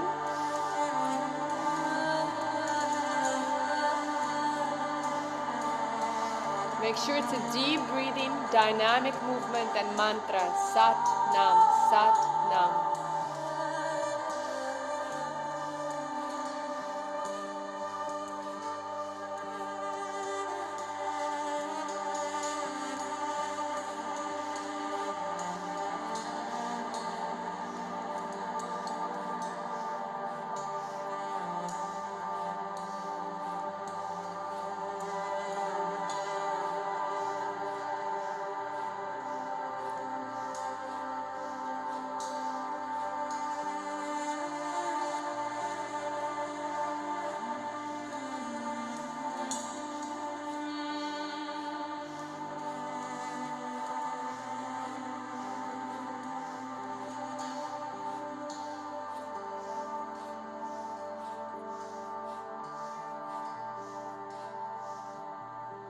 Last 20 seconds, the most powerful movement, the most deepest breath.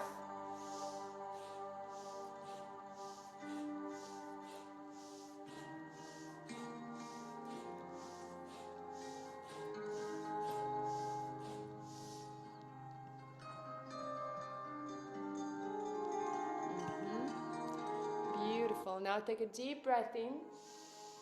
Head up, chest open, and if you're sitting up, just open your chest, hold your breath, lock your root block, focus on the third eye point, stay here. Present, divine, full of prana, full of life force.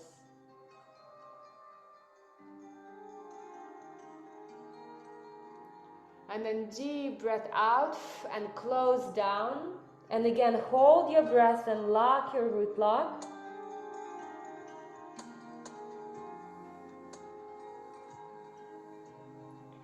And now take a deep breath in into the center, and deep breath out and relax into child's pose. And if you're sitting up, just relax and let go and meditate. Hands in a prayer. If you are laying down, relax your head, open up your legs a little bit and completely let go. Relax as if it's your final deepest rest you've ever received.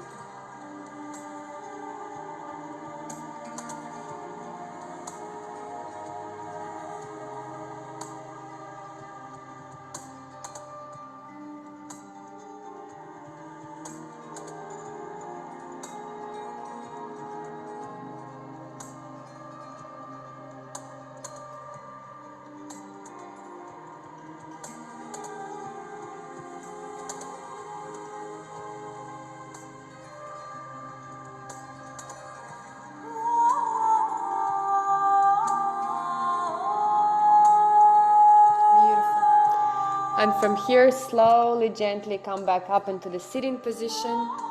Or if you're already sitting, just relax and meditate for a few more moments.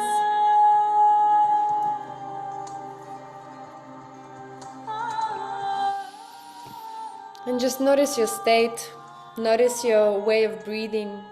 Just really continue to evaluate. That's kind of the most important thing here, is the awareness. How's my body? How is my breathing? How's my presence?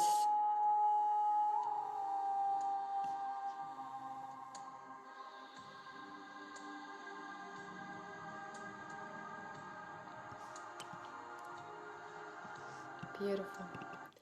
And from here, let's enter to the next practice. So we're going to be moving the energy up. And some practices are always the same in Kundalini or similar, because we work with the same human body that has needs that are always there. So in the beginning, we just started life force. We just activated our spine so it can hold the energy. Next one, we need to start the fire in our lower centers, so then we have something to work with for the rest of our journey. So we're going to be putting the soles of our feet together, if you can, and holding them to give you structure, so then you can sit up straight. And if you're just on a chair, then just sit up straight. So choose again your own adventure. And here we're going to be doing breath of fire, and basically moving the legs in the rhythm of your breath. So your breath is the boss. So we're focusing there and do breath of fire, which basically means breathing out of your nose. Breath in happens automatically, and you use your belly to give you extra strength. And I welcome you to imagine how you start the fire in your sexual centers, and it just grows bigger and bigger and bigger and bigger. And allow yourself to feel aroused, and allow yourself to celebrate, like, I am a sexual creative creature. I have life force inside of my body. This is beautiful. And just witness how it's growing more and more and more. Okay? Close your eyes, focus on the third eye point, and we do it. Let's go.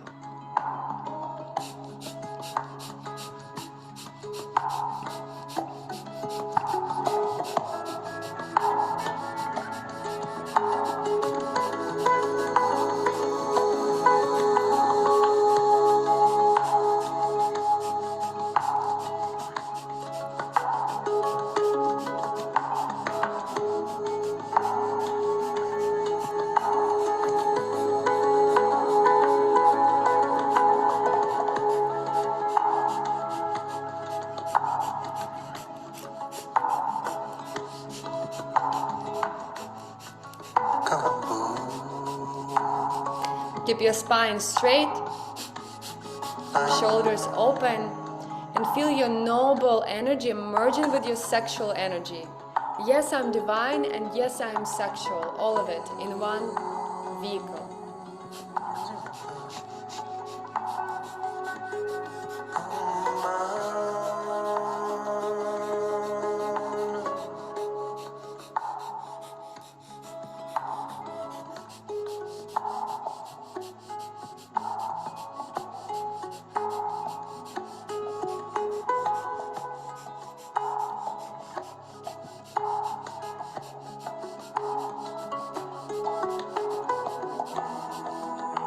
Feel like you're cleansing. You're cleansing the karma, you're cleansing any trauma, any limiting stories in your sexual energy.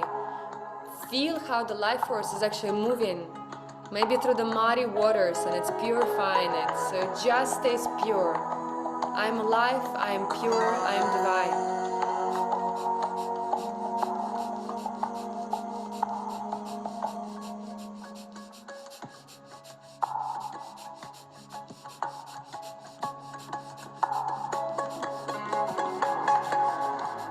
Last 20 seconds, the most powerful.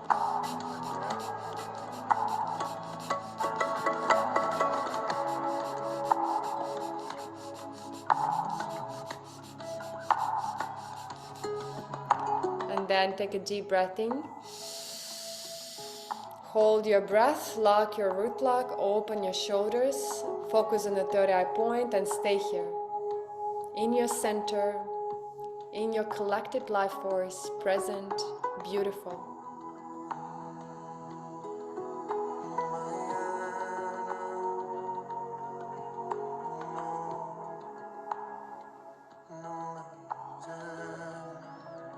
And when you're ready, let go, relax, breathe out and meditate. Relax your legs in any easy position and just stay present with your body and your breath.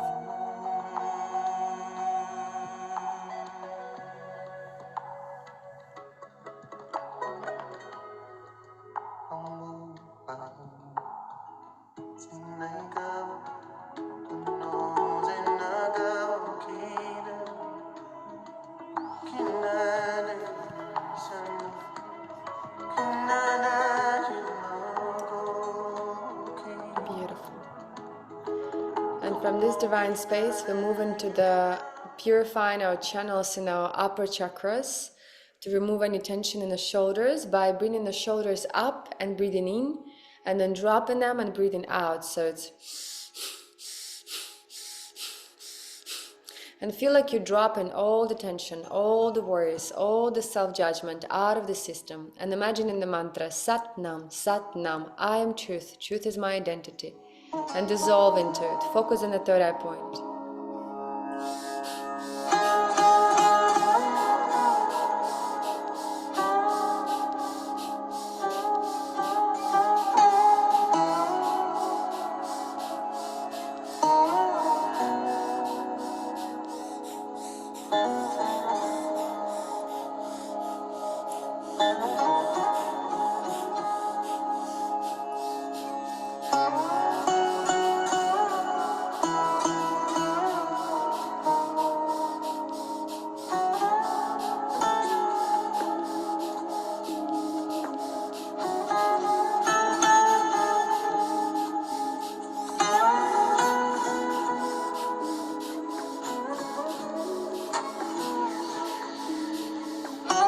Feel the powerful purification of your mental body, of your emotional body, letting go of anything that is not useful out of the system.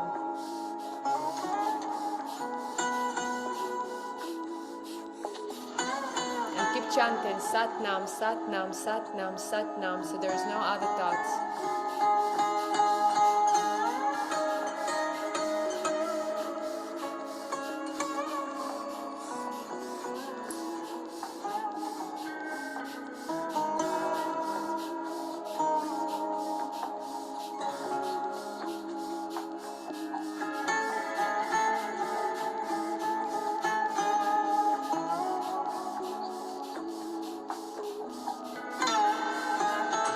Last 20 seconds, the most powerful.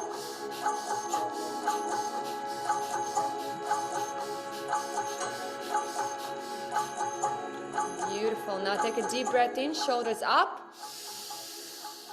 Hold your breath, lock your root lock, squeeze your face and everything, your root lock, squeeze, concentrate your life force into one microcosmic dot in your being, hold it.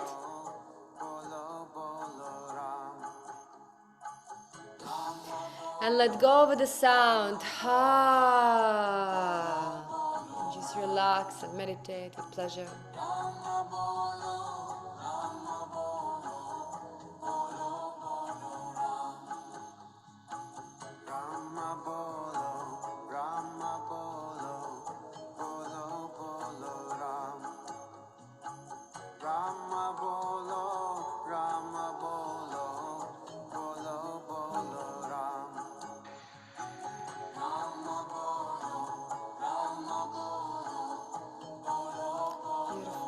Now from this space, let's open up our heart chakra as much as we can by putting the hands out and, palms up. It's one of the most vulnerable and also open positions. It's like, hey world, here I am. Let's love each other. I love you. And so with this position, opening up and doing breath of fire while moving the hands outward, right? So you're opening up your chest even more. And so in that way, doing the breath of fire. And just feel like you're a massive bird that's opening up its wings, its heart to the world. Breath of fire, focus on the third eye point. And if the thoughts still come, Sat Nam, Sat Nam, Sat Nam, and just open up. Feel like your capability to love, capability to forgive, to see the wider perspective and therefore have more compassion for all beings, to recognize we're all playing out our traumas, our karmas. Feel love. Allow yourself to become love.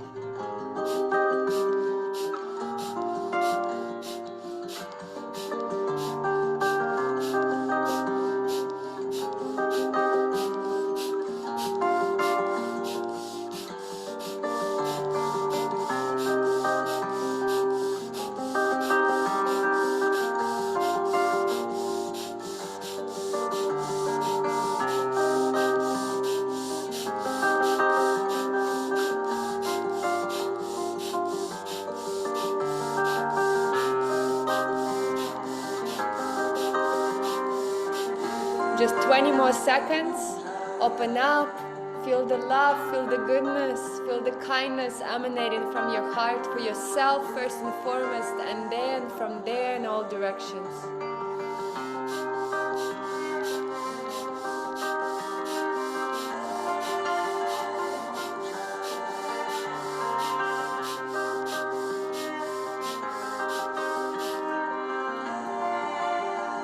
And now take a deep breath in.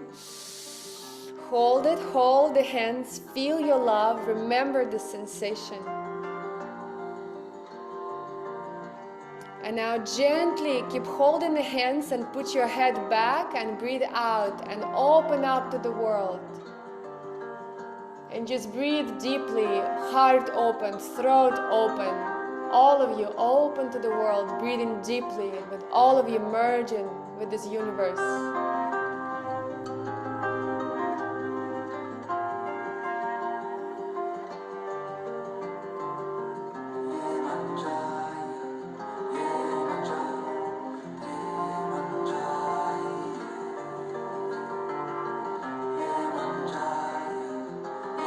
When you're ready, very slowly, very gently bring your head back, relax your arms and meditate.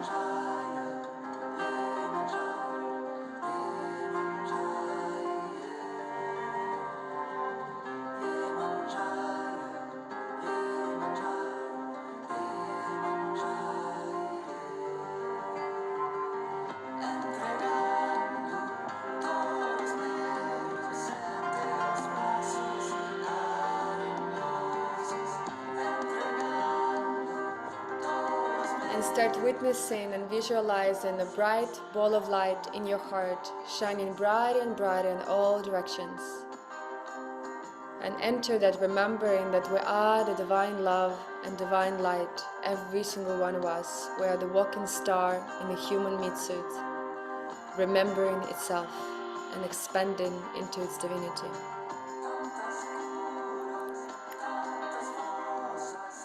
And from this space, we're opening up the heart chakra even more by putting the fingers in 𝘠𝘯𝘪𝘰𝘠 mudra position, where index finger meets the thumb. And then moving to the left and taking a deep breath in, and then moving to the right and taking a deep breath out. So it's...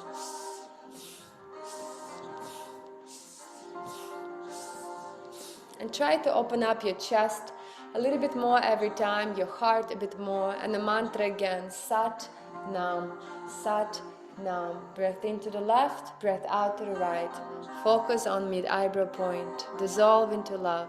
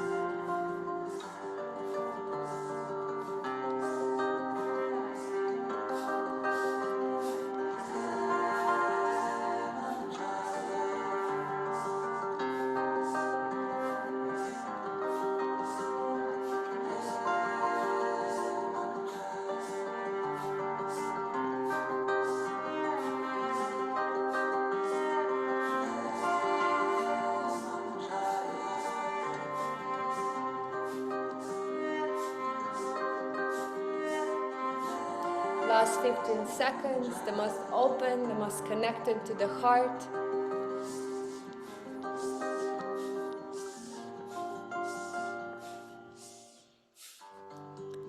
And now meet yourself in the center. Take a deep breath in. Hold your breath, hold your root block, focus on the third eye point, heart is open. Remember the sensation of divine loving awareness, simply because we exist, simply because it's our nature.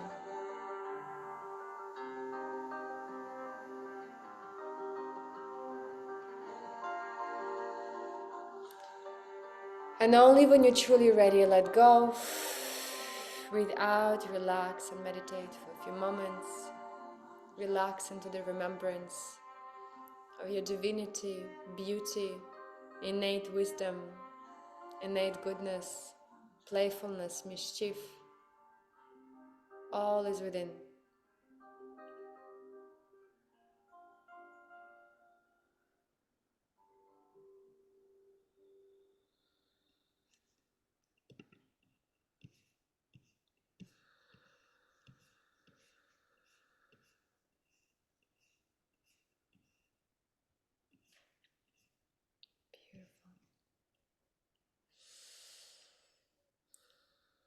And from this space, let's activate our inner warrior from this space of love. And this is where, the peaceful warrior comes along, and samurai code. They never ever pick up the sword and kill if they feel emotional. They actually want to connect from almost like a divine love, not just human, like reactive love, but divine. And so from that place of connection to what really matters, to what's worth standing for, worth to overcome some difficulties that we sometimes come into, with that energy of reverence, of love, of honor, I welcome you into the next Kriya. And the way we're going to do it is by hugging the fingers in our fists. This big toe represents big finger represents ego in Kundalini Yoga. So we hug the ego and say, don't worry, baby, you're going to be fine. We got this.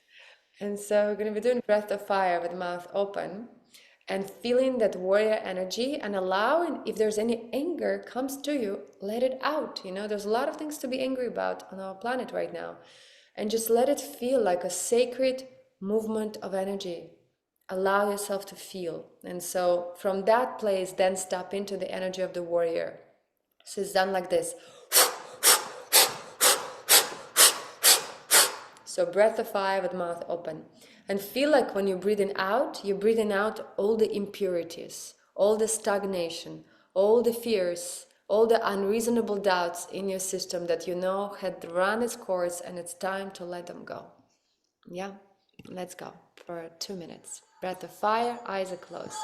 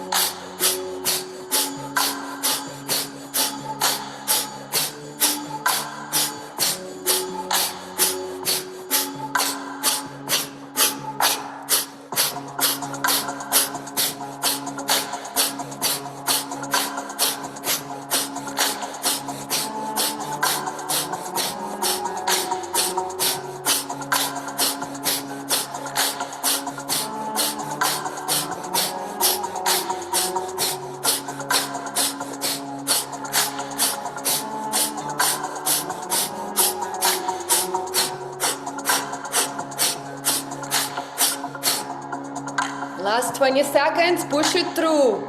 Fight your inner darkness. Transmute it, face it.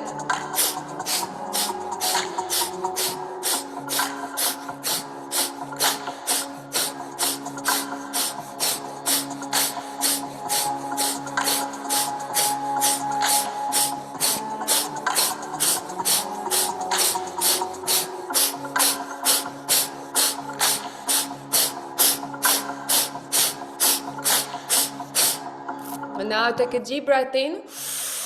Hands above the head in a lock. Hold your breath. Lock your root lock. Focus on the third eye point. Shoulders are relaxed and stay here.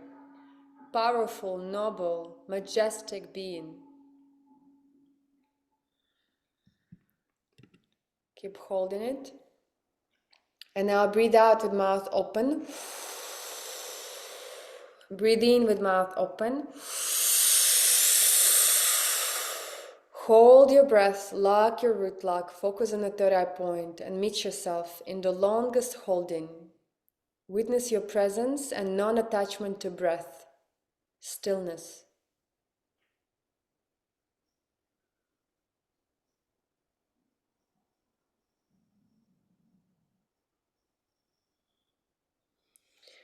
And only when you're ready, let go of the sound and relax and meditate.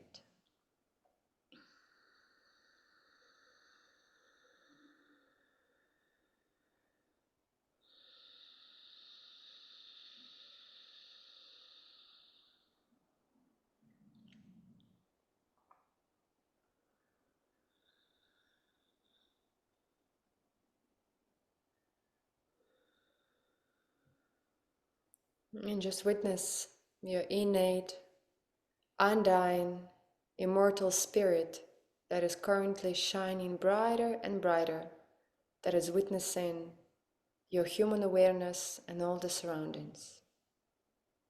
But that no mind presence is here.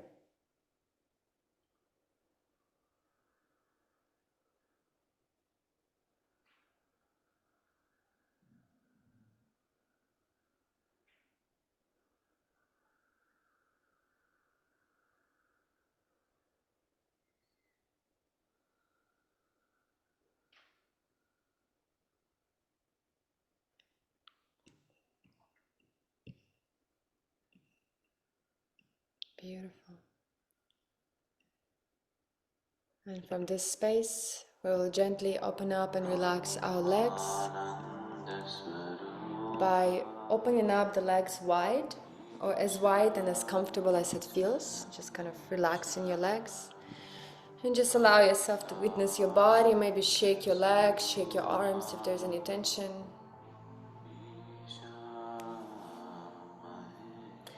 And from this space, we're going to be opening up our energies in our lower centers.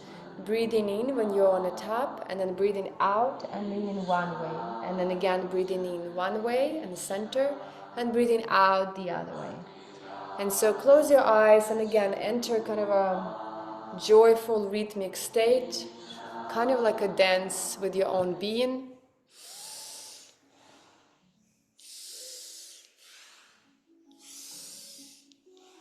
Try to lean with your belly first, and then the head comes last. And it's not about touching with your head a leg, it's more about just moving the energies around your sexual center and letting go of any tension, any stagnation, any stuck stuff. And it really is attending to your karmic stuff and your imprinted pain. We sometimes even receive it from our ancestors. As much as we receive the goodness from our DNA code, all the strength, all the power, we also receive pain. And so just kind of massage into it, lean into it, feel the love as you're stretching and opening up through breath and through movement.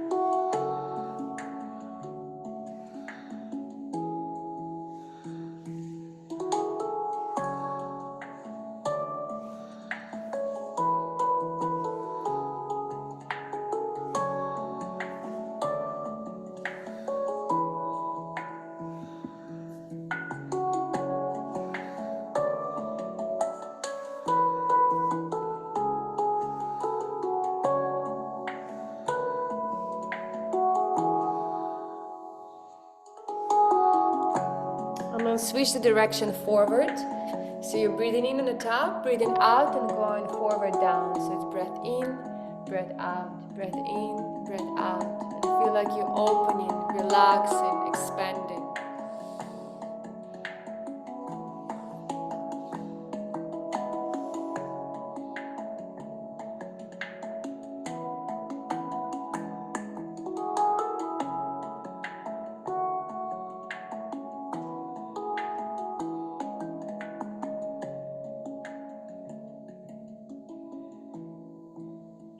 Now deep breath in and lean forward and stay there. Hold your breath, stretch down, meet yourself.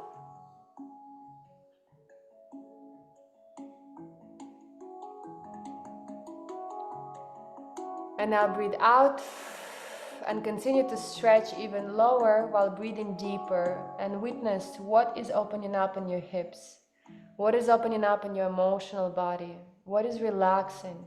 What is letting go?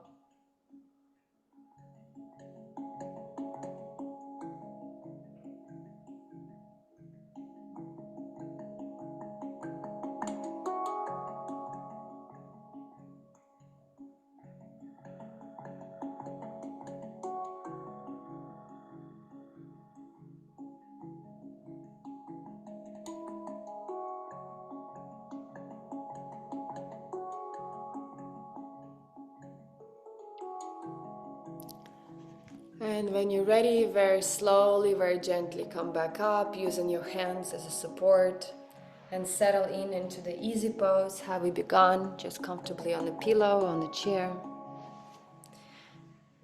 We're approaching our final Kriya. Just settle in and meditate for a few moments. Acknowledge your energetic state, acknowledge if your aura has been expanding, and the energy is shining brighter, more radiant, from a more calm, integrated, content space.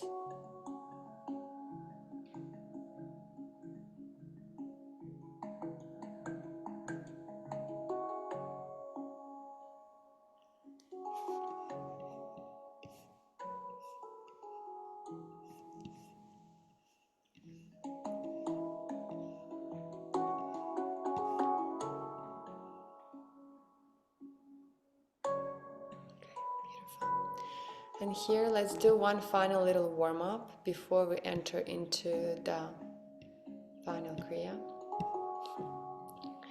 So we're going to be doing a breath of fire by putting the hands 60 degrees. It's a classic Kundalini Yoga practice. So hands like this, little fingers on the pillows and big thumbs are out. And with the breath of fire, focus on the third eye point. And I welcome you to imagine that there is a bright sun in your belly, in your heart, shining brighter and brighter and brighter, and there's a literal rainbow between your big thumbs, your auric field, that starts to expand and shine in all directions.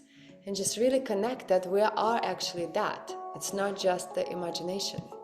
And when you feel it and see it, you become it. Or I would even say more, you remember it. Yeah? Let's go. 2.5 minutes, enjoy. Powerful breath of fire. Use your belly to help you and breathe strongly.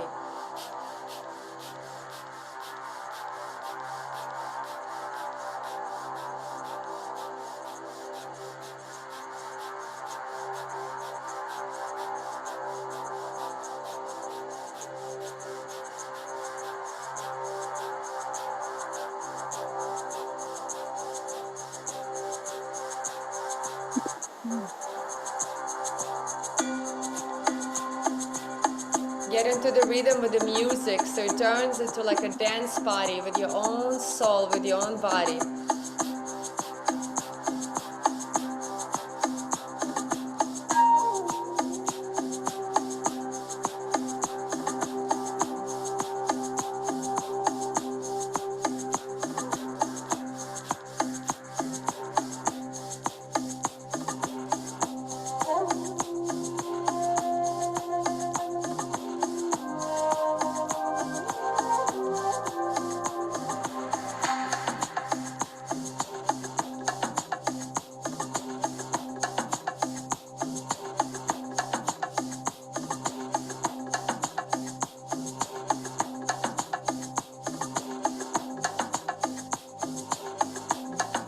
Feel your power building up. Feel your courage. Feel your radiance.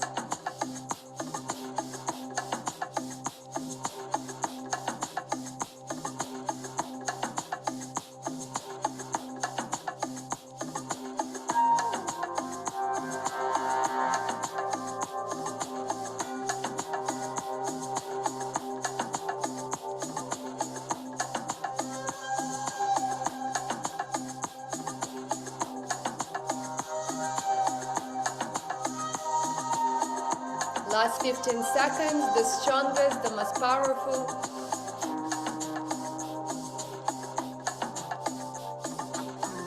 Open your shoulders, spine is straight.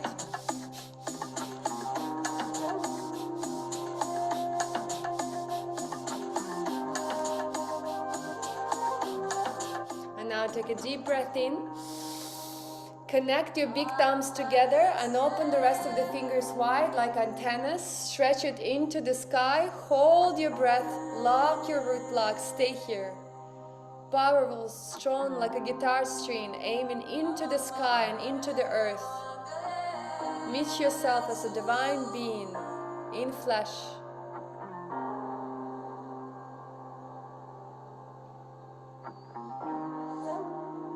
Keep holding the hands, breathe out with mouth open. Deep breath in, receive the prana. Hold the breath, the root lock, third eye point, stay here.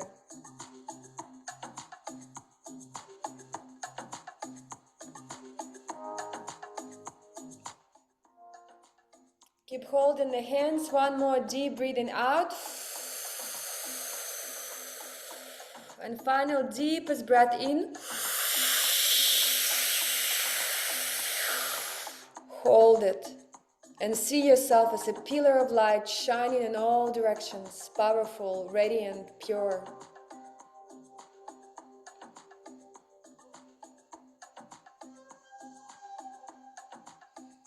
And now breathe out, let go, relax, and meditate.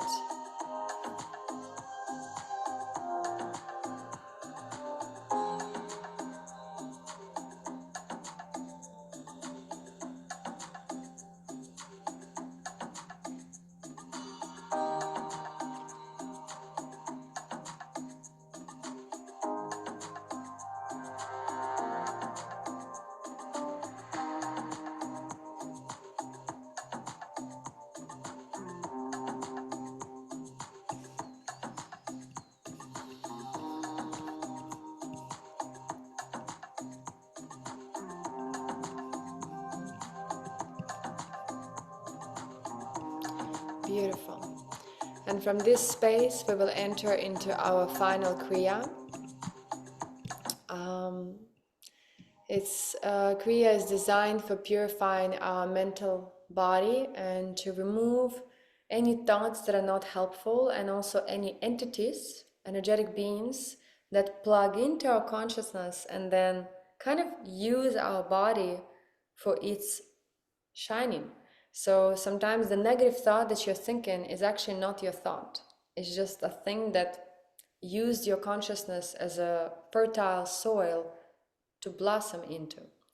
And so here we're going to be basically removing the weeds. Any thoughts, any energies that's been occupied in our mind, in our consciousness that are not helpful, not uplifting to the well-being of ourselves and all beings will be removed out of your field. So I really welcome you to visualize it and feel it and see it, how at the end of this practice, you're just there in your own essence, in the purest, most uplifting thoughts. And the way it's going to be done is fingers in Gyan Mudra. The index means the thumb, which also balances your sympathetic and parasympathetic system, which also basically balances your feminine and masculine energies of giving and receiving, so you become a harmonized being. And here we're going to be adding additional harmony above your head. So it's kind of like a Vaisika Pisces. So it creates the circles, one hand, then the other. One hand, then the other. And just feel like you're purifying the field, you're cleaning it up. And so we're going to be doing the mantra, Vahe Guru, Vahe Guru, Oh, sorry. Sat Nam Vaheguru.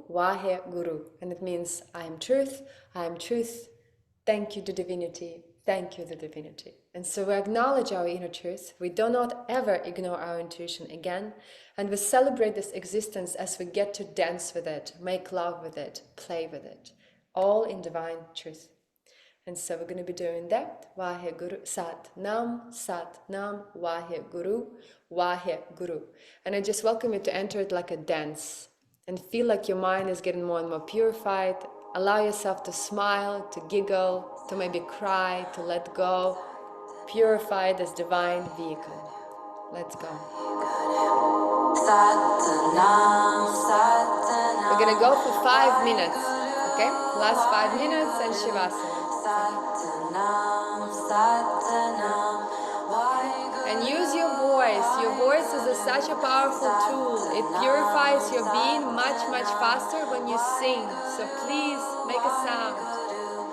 Satanam, Satanam, Vaheguru, Vaheguru, Satanam, Satanam, Vaheguru, Vaheguru, Satanam, Satanam, Vaheguru, Vaheguru, Satanam, Satanam, Vaheguru, Vaheguru, Satanam, Satanam, Vaheguru, Vaheguru, Satanam, Satanam, Vaheguru, Vaheguru, Satanam,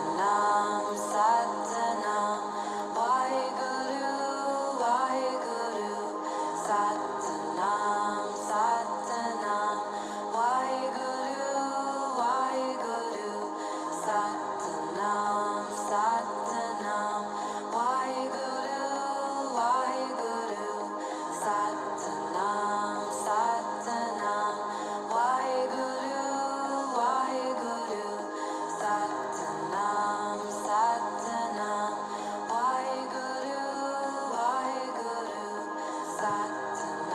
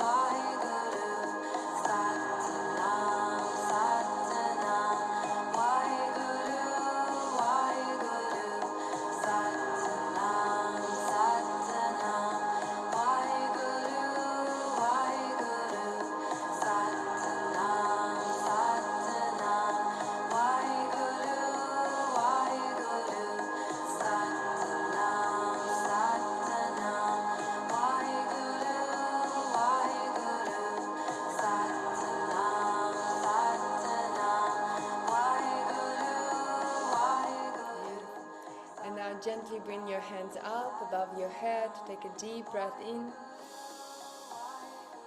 Hold your breath, lock your root lock, anchor the sensation of purity, the divine connection, the remembrance that we are in fact the bridge between the sky and the earth, and we carry within us the physicality, emotionality and divinity all in one being.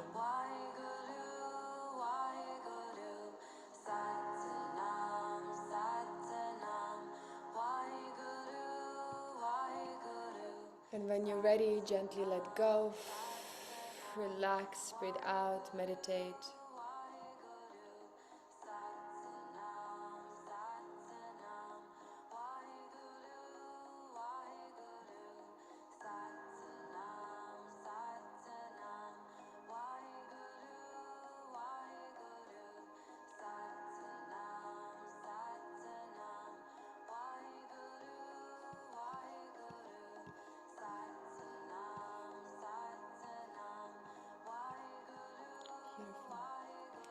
And from this divine present state, I welcome you to fully relax for the next 4 minutes and enter into Shavasana. If you have an opportunity to lay down somewhere, fully let down and let go. Maybe shake a little bit your hands, your legs, if there's any tension in your body, and then fully let go.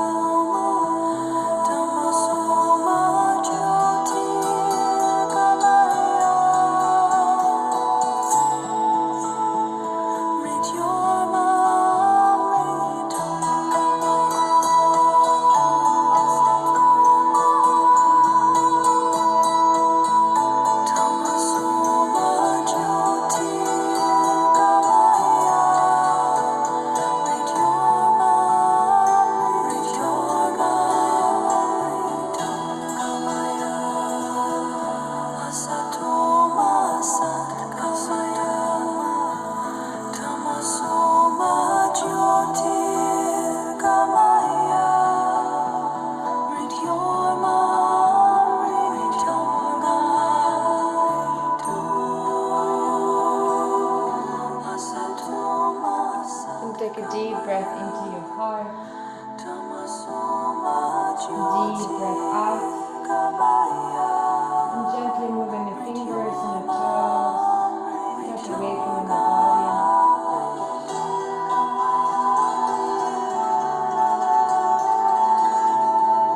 And then hug the right knee to your chest and massage your right hip in any way that feels good. And then put it all the way to the left on the ground while upper body looks all the way to the right. And open up the chest and the hips with a deep breath in and a deep breath out.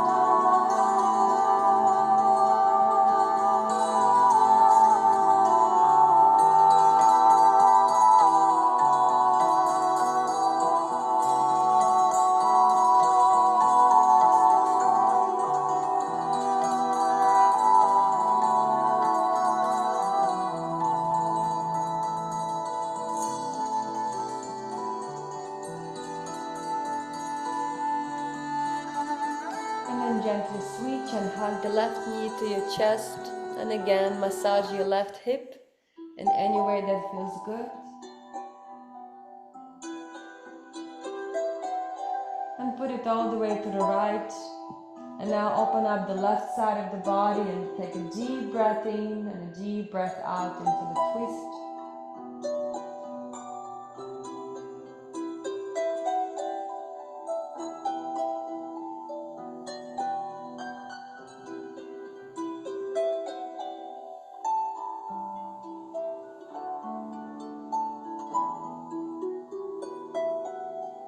Hug the two knees to your chest and massage your lower back in any way that feels good. And then start slowly rock and roll forward and backwards.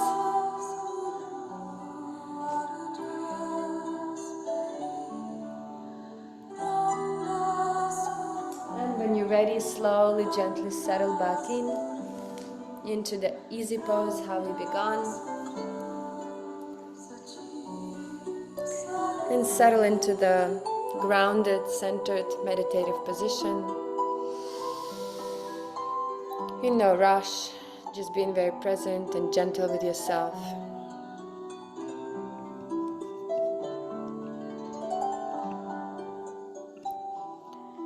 And just acknowledge, how does your body, your awareness, your heart feels differently from the beginning of the practice? Maybe something got relaxed or let go of. Maybe you feel more of a grounded and also expanded energy.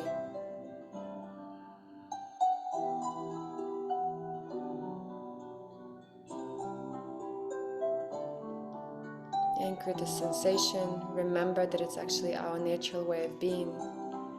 We're designed to be aware, loving, present.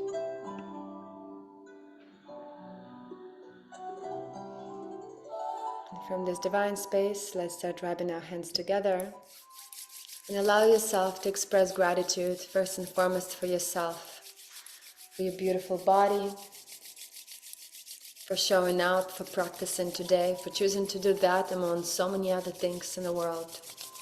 For choosing to honor your soul, to honor your heart.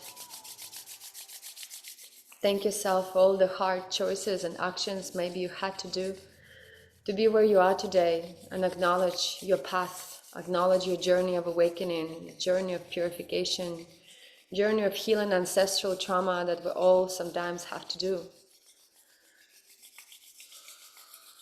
And then from that space, expand the gratitude towards anything and anyone in this world that's been bringing you goodness, beauty, love, compassion, understanding.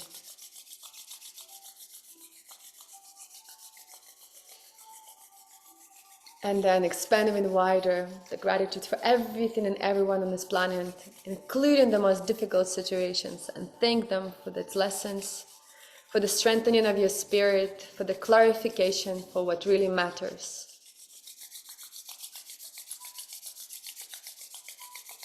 And then from this space, rub it extra hard. Last 5 seconds, feel the heat, like the fire between your palms, the fire of love, of gratitude.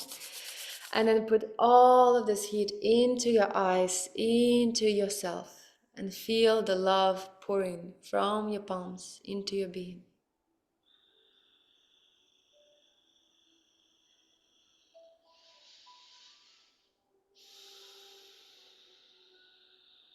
And when you're ready, gently, without opening your eyes, put the hands into the prayer position in front of your heart. Shoulders are open, spine is straight. And we're going to sing the mantra Sat Nam 3 times. Long Sat and short Nam. I am truth, truth is my identity. Take a deep breath in through the nose, focus on the third eye point. Deep breath out. Another deep breath in.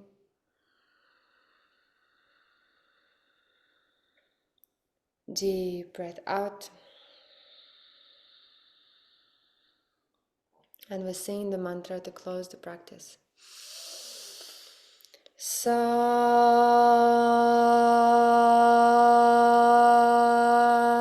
Nam.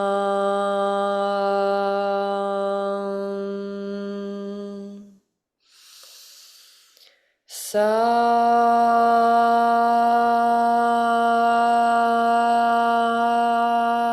Nam.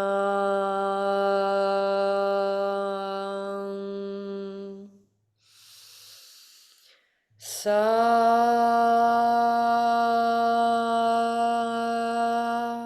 Nam.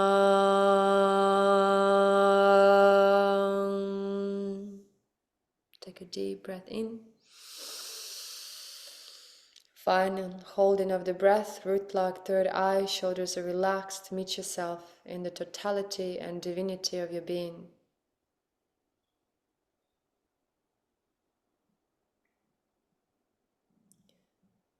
And a deep breath out.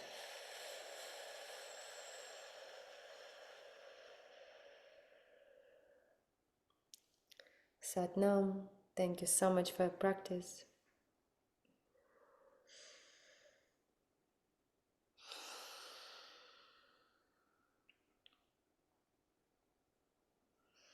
And allow yourself just to bask for a few more moments in your own presence. Maybe even give yourself a big hug and thank yourself for just being.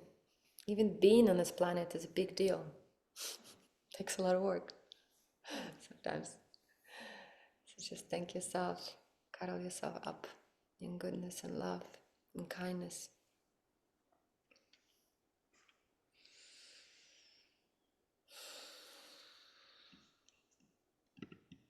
And when you're ready, you can gently open your eyes if they've been closed. And anything you maybe want to share, how you're feeling, or ask any questions, or just linger in the space, enjoy. And feel free to connect. I'm curious how you guys feeling, what's going on, and also would love to hear your voice. When we connect with the voice, it's a whole other level of feeling each other and connecting your souls. So feel free to take on the mic and share how you feel and what came up in the practice. And if there's any questions also, feel free to ask.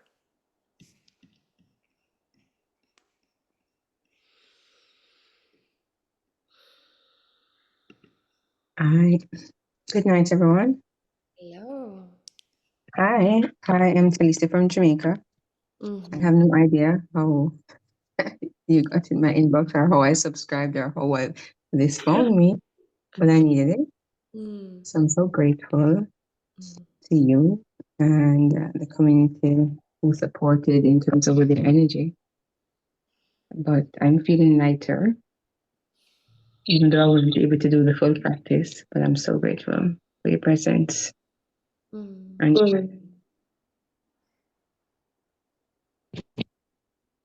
Thank you, Talisha. Thank you so much for sharing. I'm glad it was helpful. I just want to quickly say thank you. It was lovely. I'm in the UK and it's nearly 2 a.m. So I'm going to say goodnight to everybody, but I'll send you an email because I'm really keen to find out more about on my journey. But night, everybody, and thank you Thank so you so much. much. Wow, congratulating you for showing up at such an hour. Wow. Good night. Thank you so much. The sweetest dreams. Thank you, Paula. Hi. Hi, Monica. How are you? Hello. Hi. I'm in Australia. So it was just in the morning here for me. Amazing. I just needed this before I start doing some big goals. I really feel relaxed. Really felt that energy going through and the colors. So thank you for providing that space. And I basically just sit down on the floor here in the garage. Wasn't very comfortable, but it didn't really matter because when you within yourself, it doesn't really matter where you are. So thank you. I'll send you an email as well, just to know a bit more about it. Amazing. Amazing. Thank you so much, Monica. Yeah, and if you guys have any more questions here now, also feel free to ask. Just a quick Yeah. Just a quick question, Alessiana. How long did we stay in that positions? Was it a minute? It's about Breathing? 2.5 minutes, two, 2.5, sometimes 3. The final Kriya was 5 minutes. That's the interesting thing with Kundalini. You actually do enter into a timeless space. In the beginning, it can feel like a struggle, but once you overcome it, it starts doing you rather than you doing it. And it happens with a lot of Kriyas, and it's quite magical. And then you just relax into it and hopefully enter like that mindless state when you are just the vessel for that energy to come through. Yeah. And you're right. I mean, after that, something like in a meditation, I could go straight into the meditation. Would take me a longer time to get there, but it was like immediately after that. It was awesome, really awesome. We'll definitely practice that more. And even that breathing is okay to do it every day. Yeah. The fire breathing is no problem. Just when if you're on your period on your moon, then instead of breath of fire, long deep breathing is better because otherwise the bleeding will get too activated. Okay. Other than Thank that, you. it's perfect. Yeah, my pleasure. Thank you so much for joining. Yeah, it's actually funny when I do live classes, I see, especially with students, every time after we do the Kriya, it's that relaxation moment, and everybody just wanna fly away to another dimension, and I almost have to like convince people, okay, next Kriya, and people are just like, no, it feels so good here. It's like that hot pool of goodness, but it's necessary because we move the energy, it's so expand even more. So yeah, but it's very easy to meditate after that. Yeah. Thank you so much, Monica. Thanks so much for joining. Coco, share with us. I enjoyed your presence and your giggles and smiles throughout this process. Hi. Could you hear me? Yes. Just want to say namaste for your very brightened line to the meditation.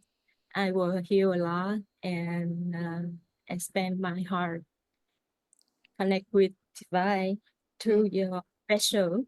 So it's very pure energy I getting in the meditation. Go to your very golden portal. So thank you so much. Just want to say my heart want to thank you so much to you and on our family, life family. Soul family. Yep. Everywhere. Thank you so much, Coco. I feel your heart. And I saw your joy through the whole thing. It was bringing me joy as well. So I was sharing the teaching. Thank you so much. Thank you.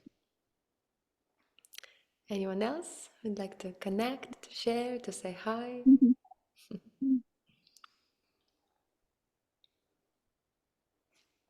Who else is here? CJ Brodsky.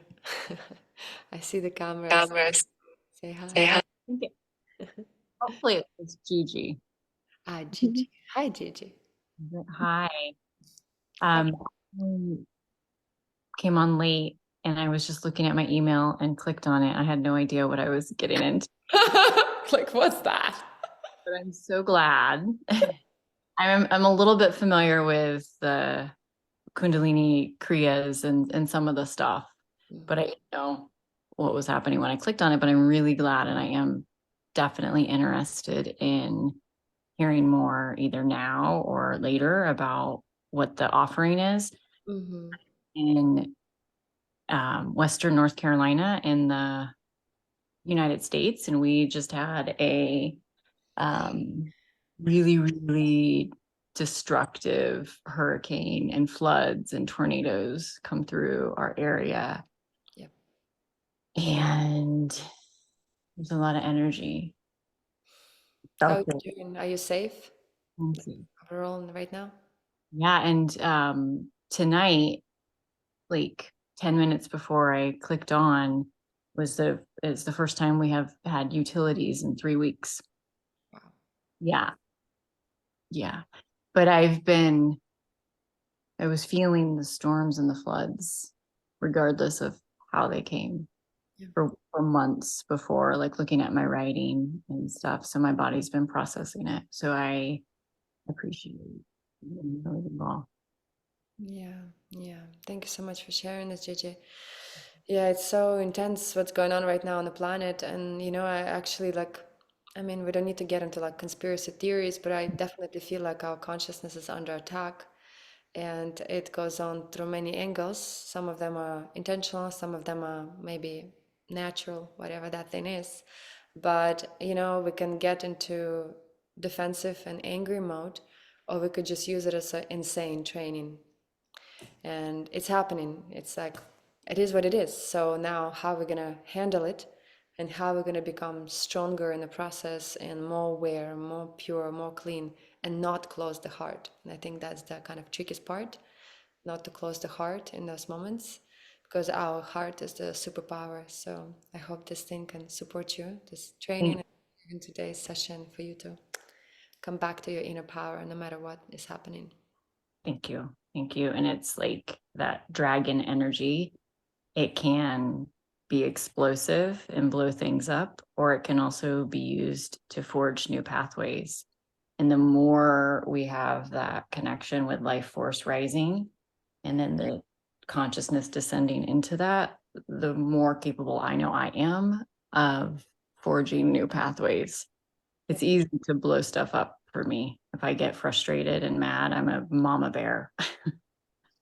But forging new pathways as consciousness is expanding, forging new pathways feels really important. So thank you. Yeah, my pleasure. I know it's interesting you mentioned dragon. So I was born in the year of dragon in 88. It's right now, it's the year of dragon. I'm staying in the house of a man, my dear friend, who was initiated like into kind of a secret spiritual dragon family. So there are dragons all over the house, just so you know. There's like one massive statue of dragon. And I was just reading dragon incantations yesterday in the evening when I arrived here in San Francisco, and tomorrow. So it's just really, and I'm going today to a dragon birthday party. So it's just kind of wild that you just mentioned that. I live on the side of a mountain in a ravine with the water, where the water comes down between, and it's a dragon ley line. Wow. Yeah, we're on it. We're right in the middle of it, like intense, expansion. I have goosebumps right now this whole time while we're talking. So something's happening. The question is, can we become powerful through the process? There's this one book I just started reading. It's Anti-Fragile or Anti-Fragility. And it basically talks about, majority of the people collapse under difficulties.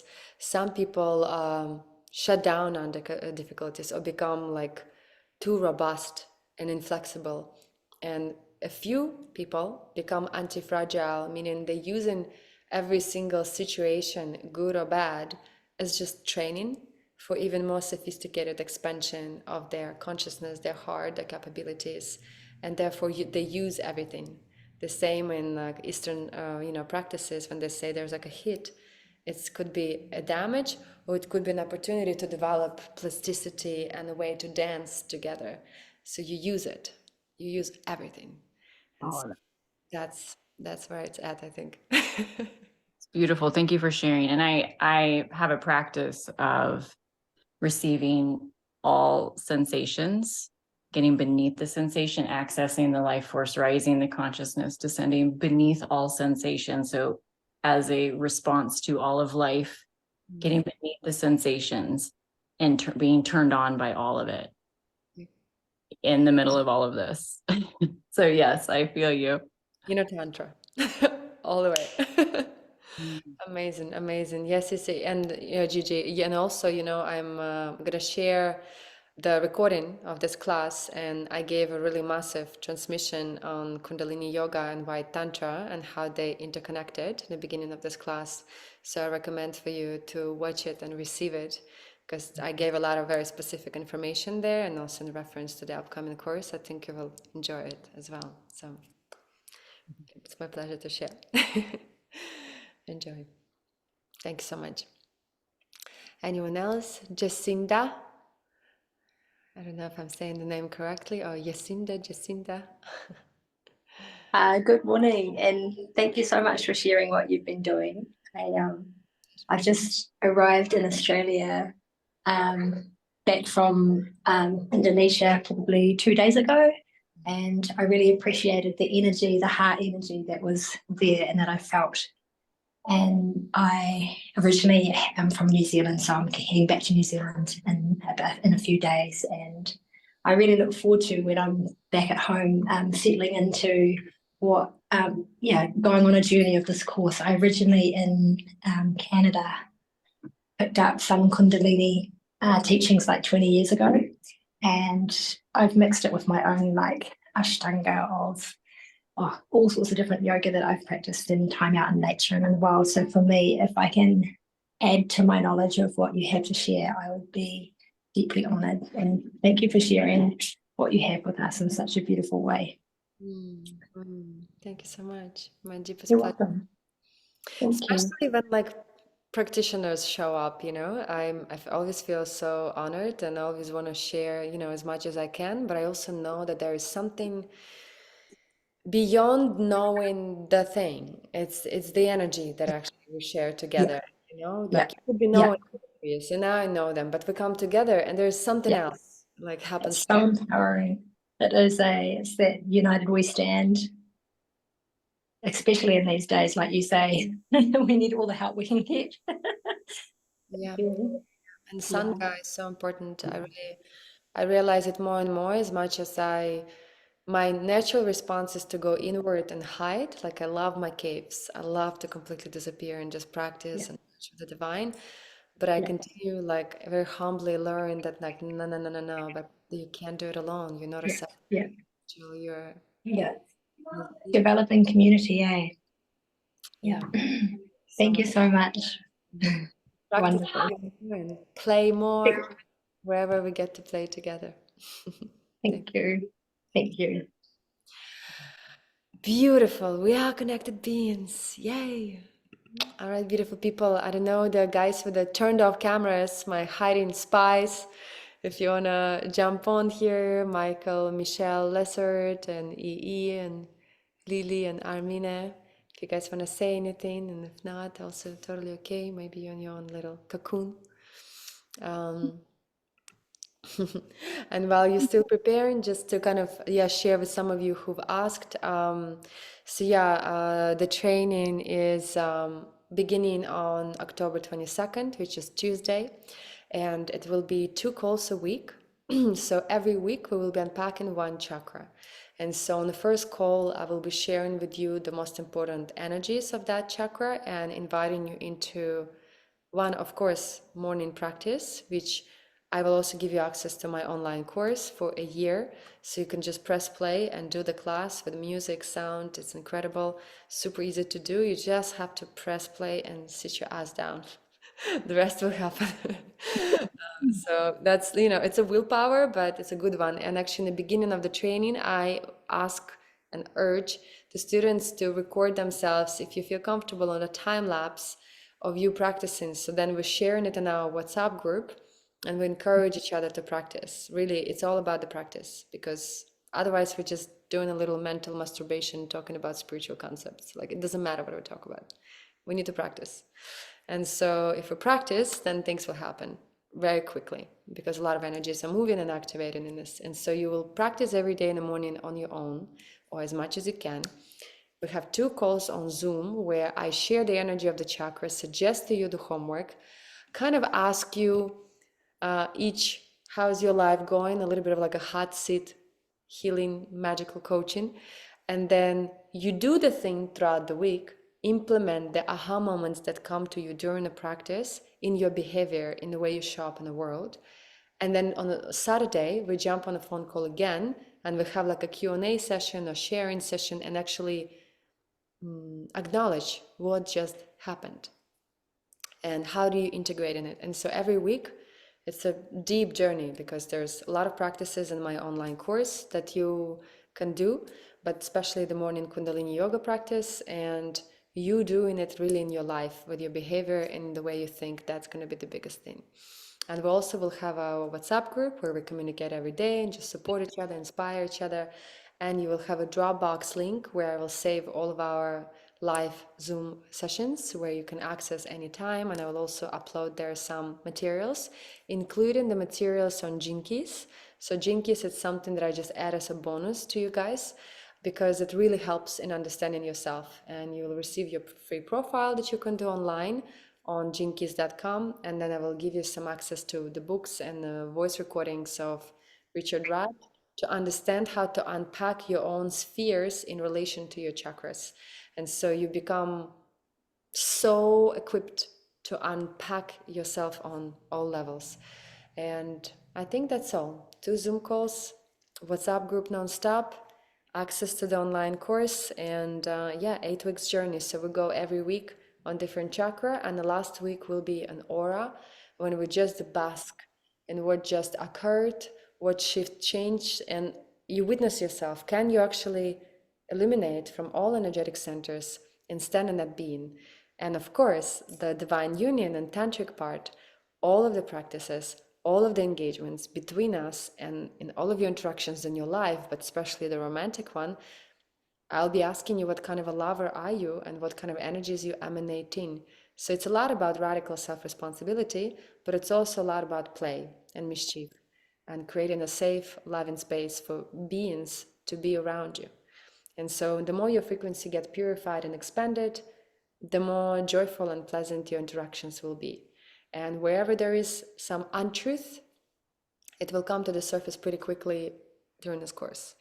That's kind of the thing that mystics say in Kundalini, like it's an expedited path, but be prepared that whatever is not aligned will fly out of your field very quickly. First it will come to the surface, and then it will catapult out of your reality. So sometimes those things can feel a little bit painful, but ultimately it's very good for you, because you will become very aligned in this process. To me, it's a very divine journey. It's not just an online course, it's a full-on energetic initiation. It's a soul contract between me and every single one of you who joins. I get to know every single one of you personally throughout this process and give everybody a mic to speak, so you can actually share yourself and be supported in this process a lot. Not to mention that you'll also have a massive chunk of knowledge about Kundalini Yoga and Tantra by the end of this training, and may implement it into any teachings, whether that you share with the world or at the very least definitely for yourself. You want to have access for life? Is that possible? What is that? For the online course? You know, for some students, I sometimes say like this is the time limit, and I forget to even remove that to create that limit. To me, I just give access people in the beginning to my online course, kind of just so we can begin. Mm-hmm. And then I just know that also within a few years, I will continue to change and to shift, which also means I probably will be changing my online course or editing it a little bit and shifting it a little bit. So that's why I wouldn't even want you to have access to the same course like a year from now, 5 years from now, because probably I will change a lot and the energy change a lot, and I will want people to have the most updated, freshest information as well. Not even information, I would say, like transmission. But for 1 year at least, definitely. And if you want it for longer, communicate with me and I just will open the access to you. I don't hold on to those kind of things. For me, it's just more the live transmission is the most important thing. And whatever else I can add to it, I'll be happy to add to it. And as I mentioned earlier, guys, so today I'm offering 30% off for the training. So it's $2,222. But those of you who join within the next 24 hours receive 30% off. So it's $1,555. And if you need a payment plan, I'm also happy to offer you that. So let me know, reach out via email, maybe Instagram. Oh my gosh, there's fishes in the camera. That's so cute. Yes, it's in US dollars. No, I can share my with fish want to say thank you to you because he is really meditates all the time with you. Yeah. Yeah, seriously. Yeah. I'm happy we enlighten the fishes too. Yeah. Perfect. Yeah, guys, and just overall, just to share this whole energy exchange, I'm very different in that way, I guess. I've been giving a lot of my teachings for free and donation based for a very long time. I'm still partially doing it if it feels really aligned, but I also know that I have to honor myself and my needs, and I still have a physical body that needs a roof and the food and everything else. But really, I always do my absolute best to find the happy middle between me and the soul who wants to really practice and show up in this. I feel that's the most important thing. And then we just find a way, I've been blessed with a lot of people that gifted me things either for free or for very little or for the loan payment plan. And I feel like it's my duty to do the same. So I just want you to know that there is a possibilities to figure it out. And I don't want you to feel like, oh no, there's a money problem, that's why I can't do it. If there's a will, there is a way. And Divine supports you in that. And I also heard a lot of stories from my students and myself. Anytime I really, really want something, I just communicate it to the universe, and then things just start aligning for you. And all of a sudden you receive support you need so you can do that. So trust that if your heart desires something, it's there for you, and there's always a way to find the way. So I hope it helps. Yes, guys, you can talk to me about the payment plan. Let me what can I do for you? I don't know if you guys have Telegram, but you can also write to me on Telegram or Instagram or however, and within the next few days, we will jump on a phone call and find a way. So I hope this helps.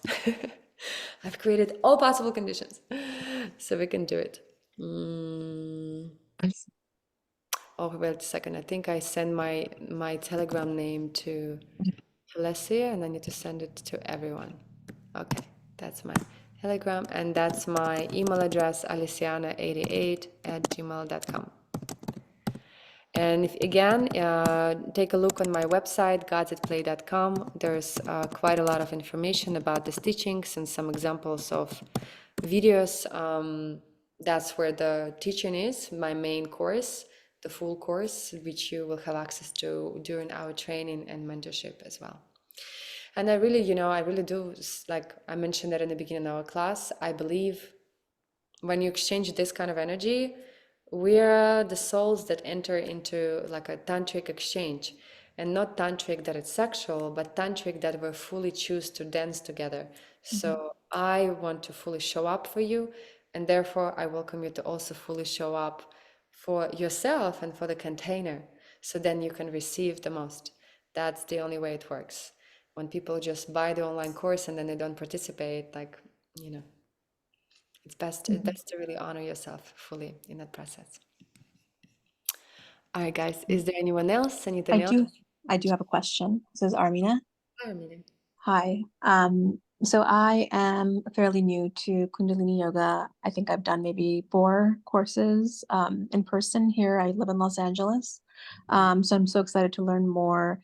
And just like Gigi, I saw the email pop up and I clicked in, and I came in halfway through the course. So I will watch the video and learn a little bit more about all of this. But curious to learn, how did you come into this practice? Like what brought you into that space?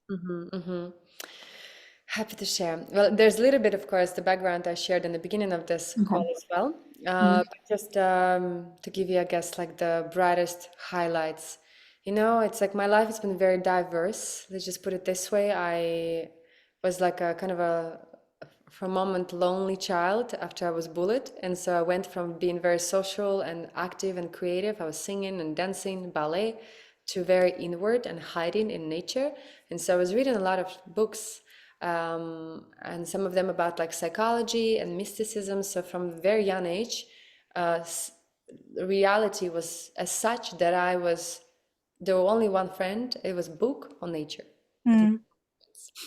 And so that really forced me to go inward, and of course I felt like super heartbroken about it as a child at some point, but now I'm actually super grateful for this, again, divine initiation by life, And then speaking of the Tantra connection, I went through, when I was young, as a teenager and a young woman, I went through some sexual abuse and rape, and also my boyfriend tried to sell me into human trafficking by disguising it as an offer for a job opportunity while helping me out, but he was actually preparing me to sell me.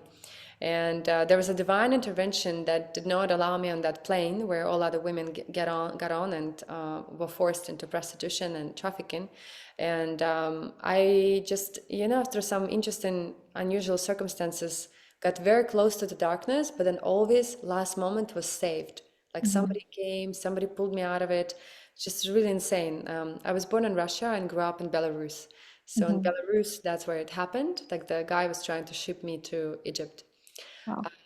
And then I moved to New York, and when I was 20, and also again, at the end of the first year in New York, I met a boyfriend who was very nice, but then like took over my phone, my emails, my social security, my social media, and then became very abusive and started threatening me that he will like kill me if I leave him, and would like forcefully have sex with me. So it's like a domesticated rape on a regular basis.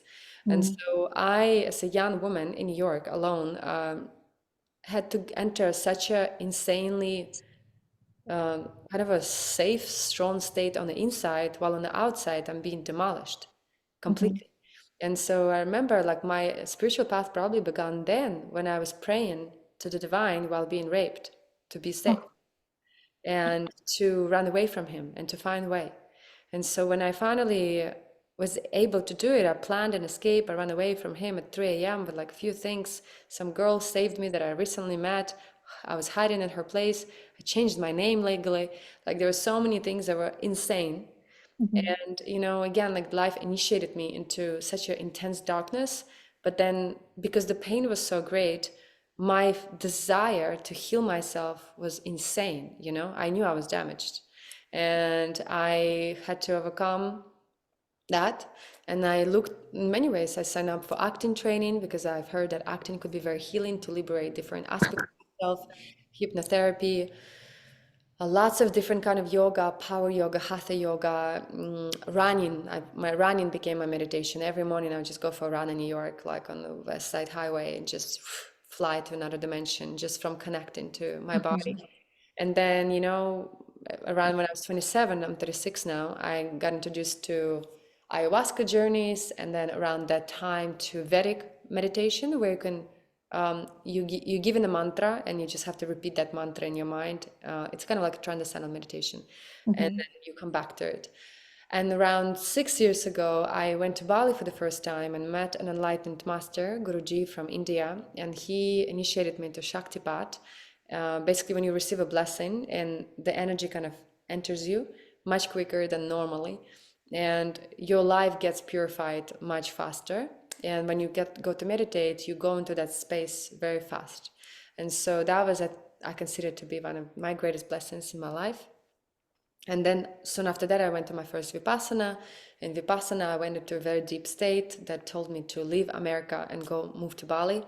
And then I moved to Bali right before Corona began. It was just unfolding. And I got into Kundalini Yoga training there, and then another Kundalini Yoga, and then another Vipassana, and then fasting, and then like dark retreat for 11 days alone in the darkness. Like I had so many aha moments there. And then, it's just like the channel opened up so wide that now I just need to close my eyes, practice even for 5 minutes, and I'm instantly connected to that divine intelligence that guides me.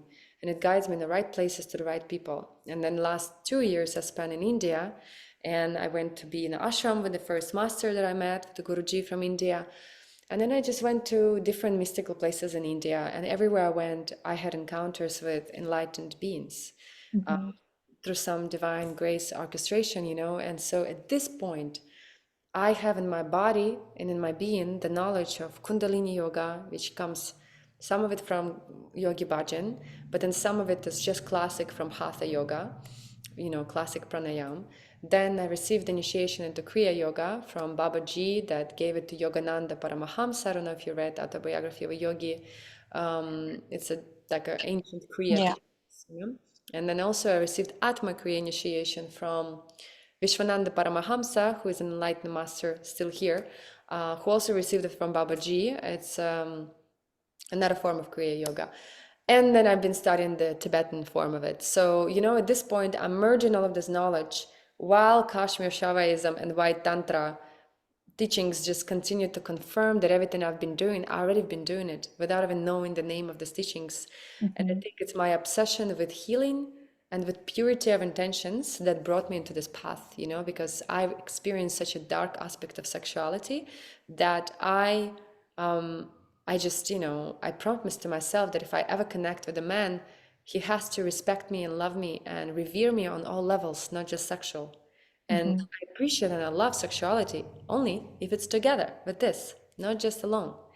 And that's why my path brought me here, you know. And then I've learned there is a word for it, White Tantra, when you connect from the consciousness and then you open up your heart and you purify your vessel to be a radically self-responsible being for the energies you emanate.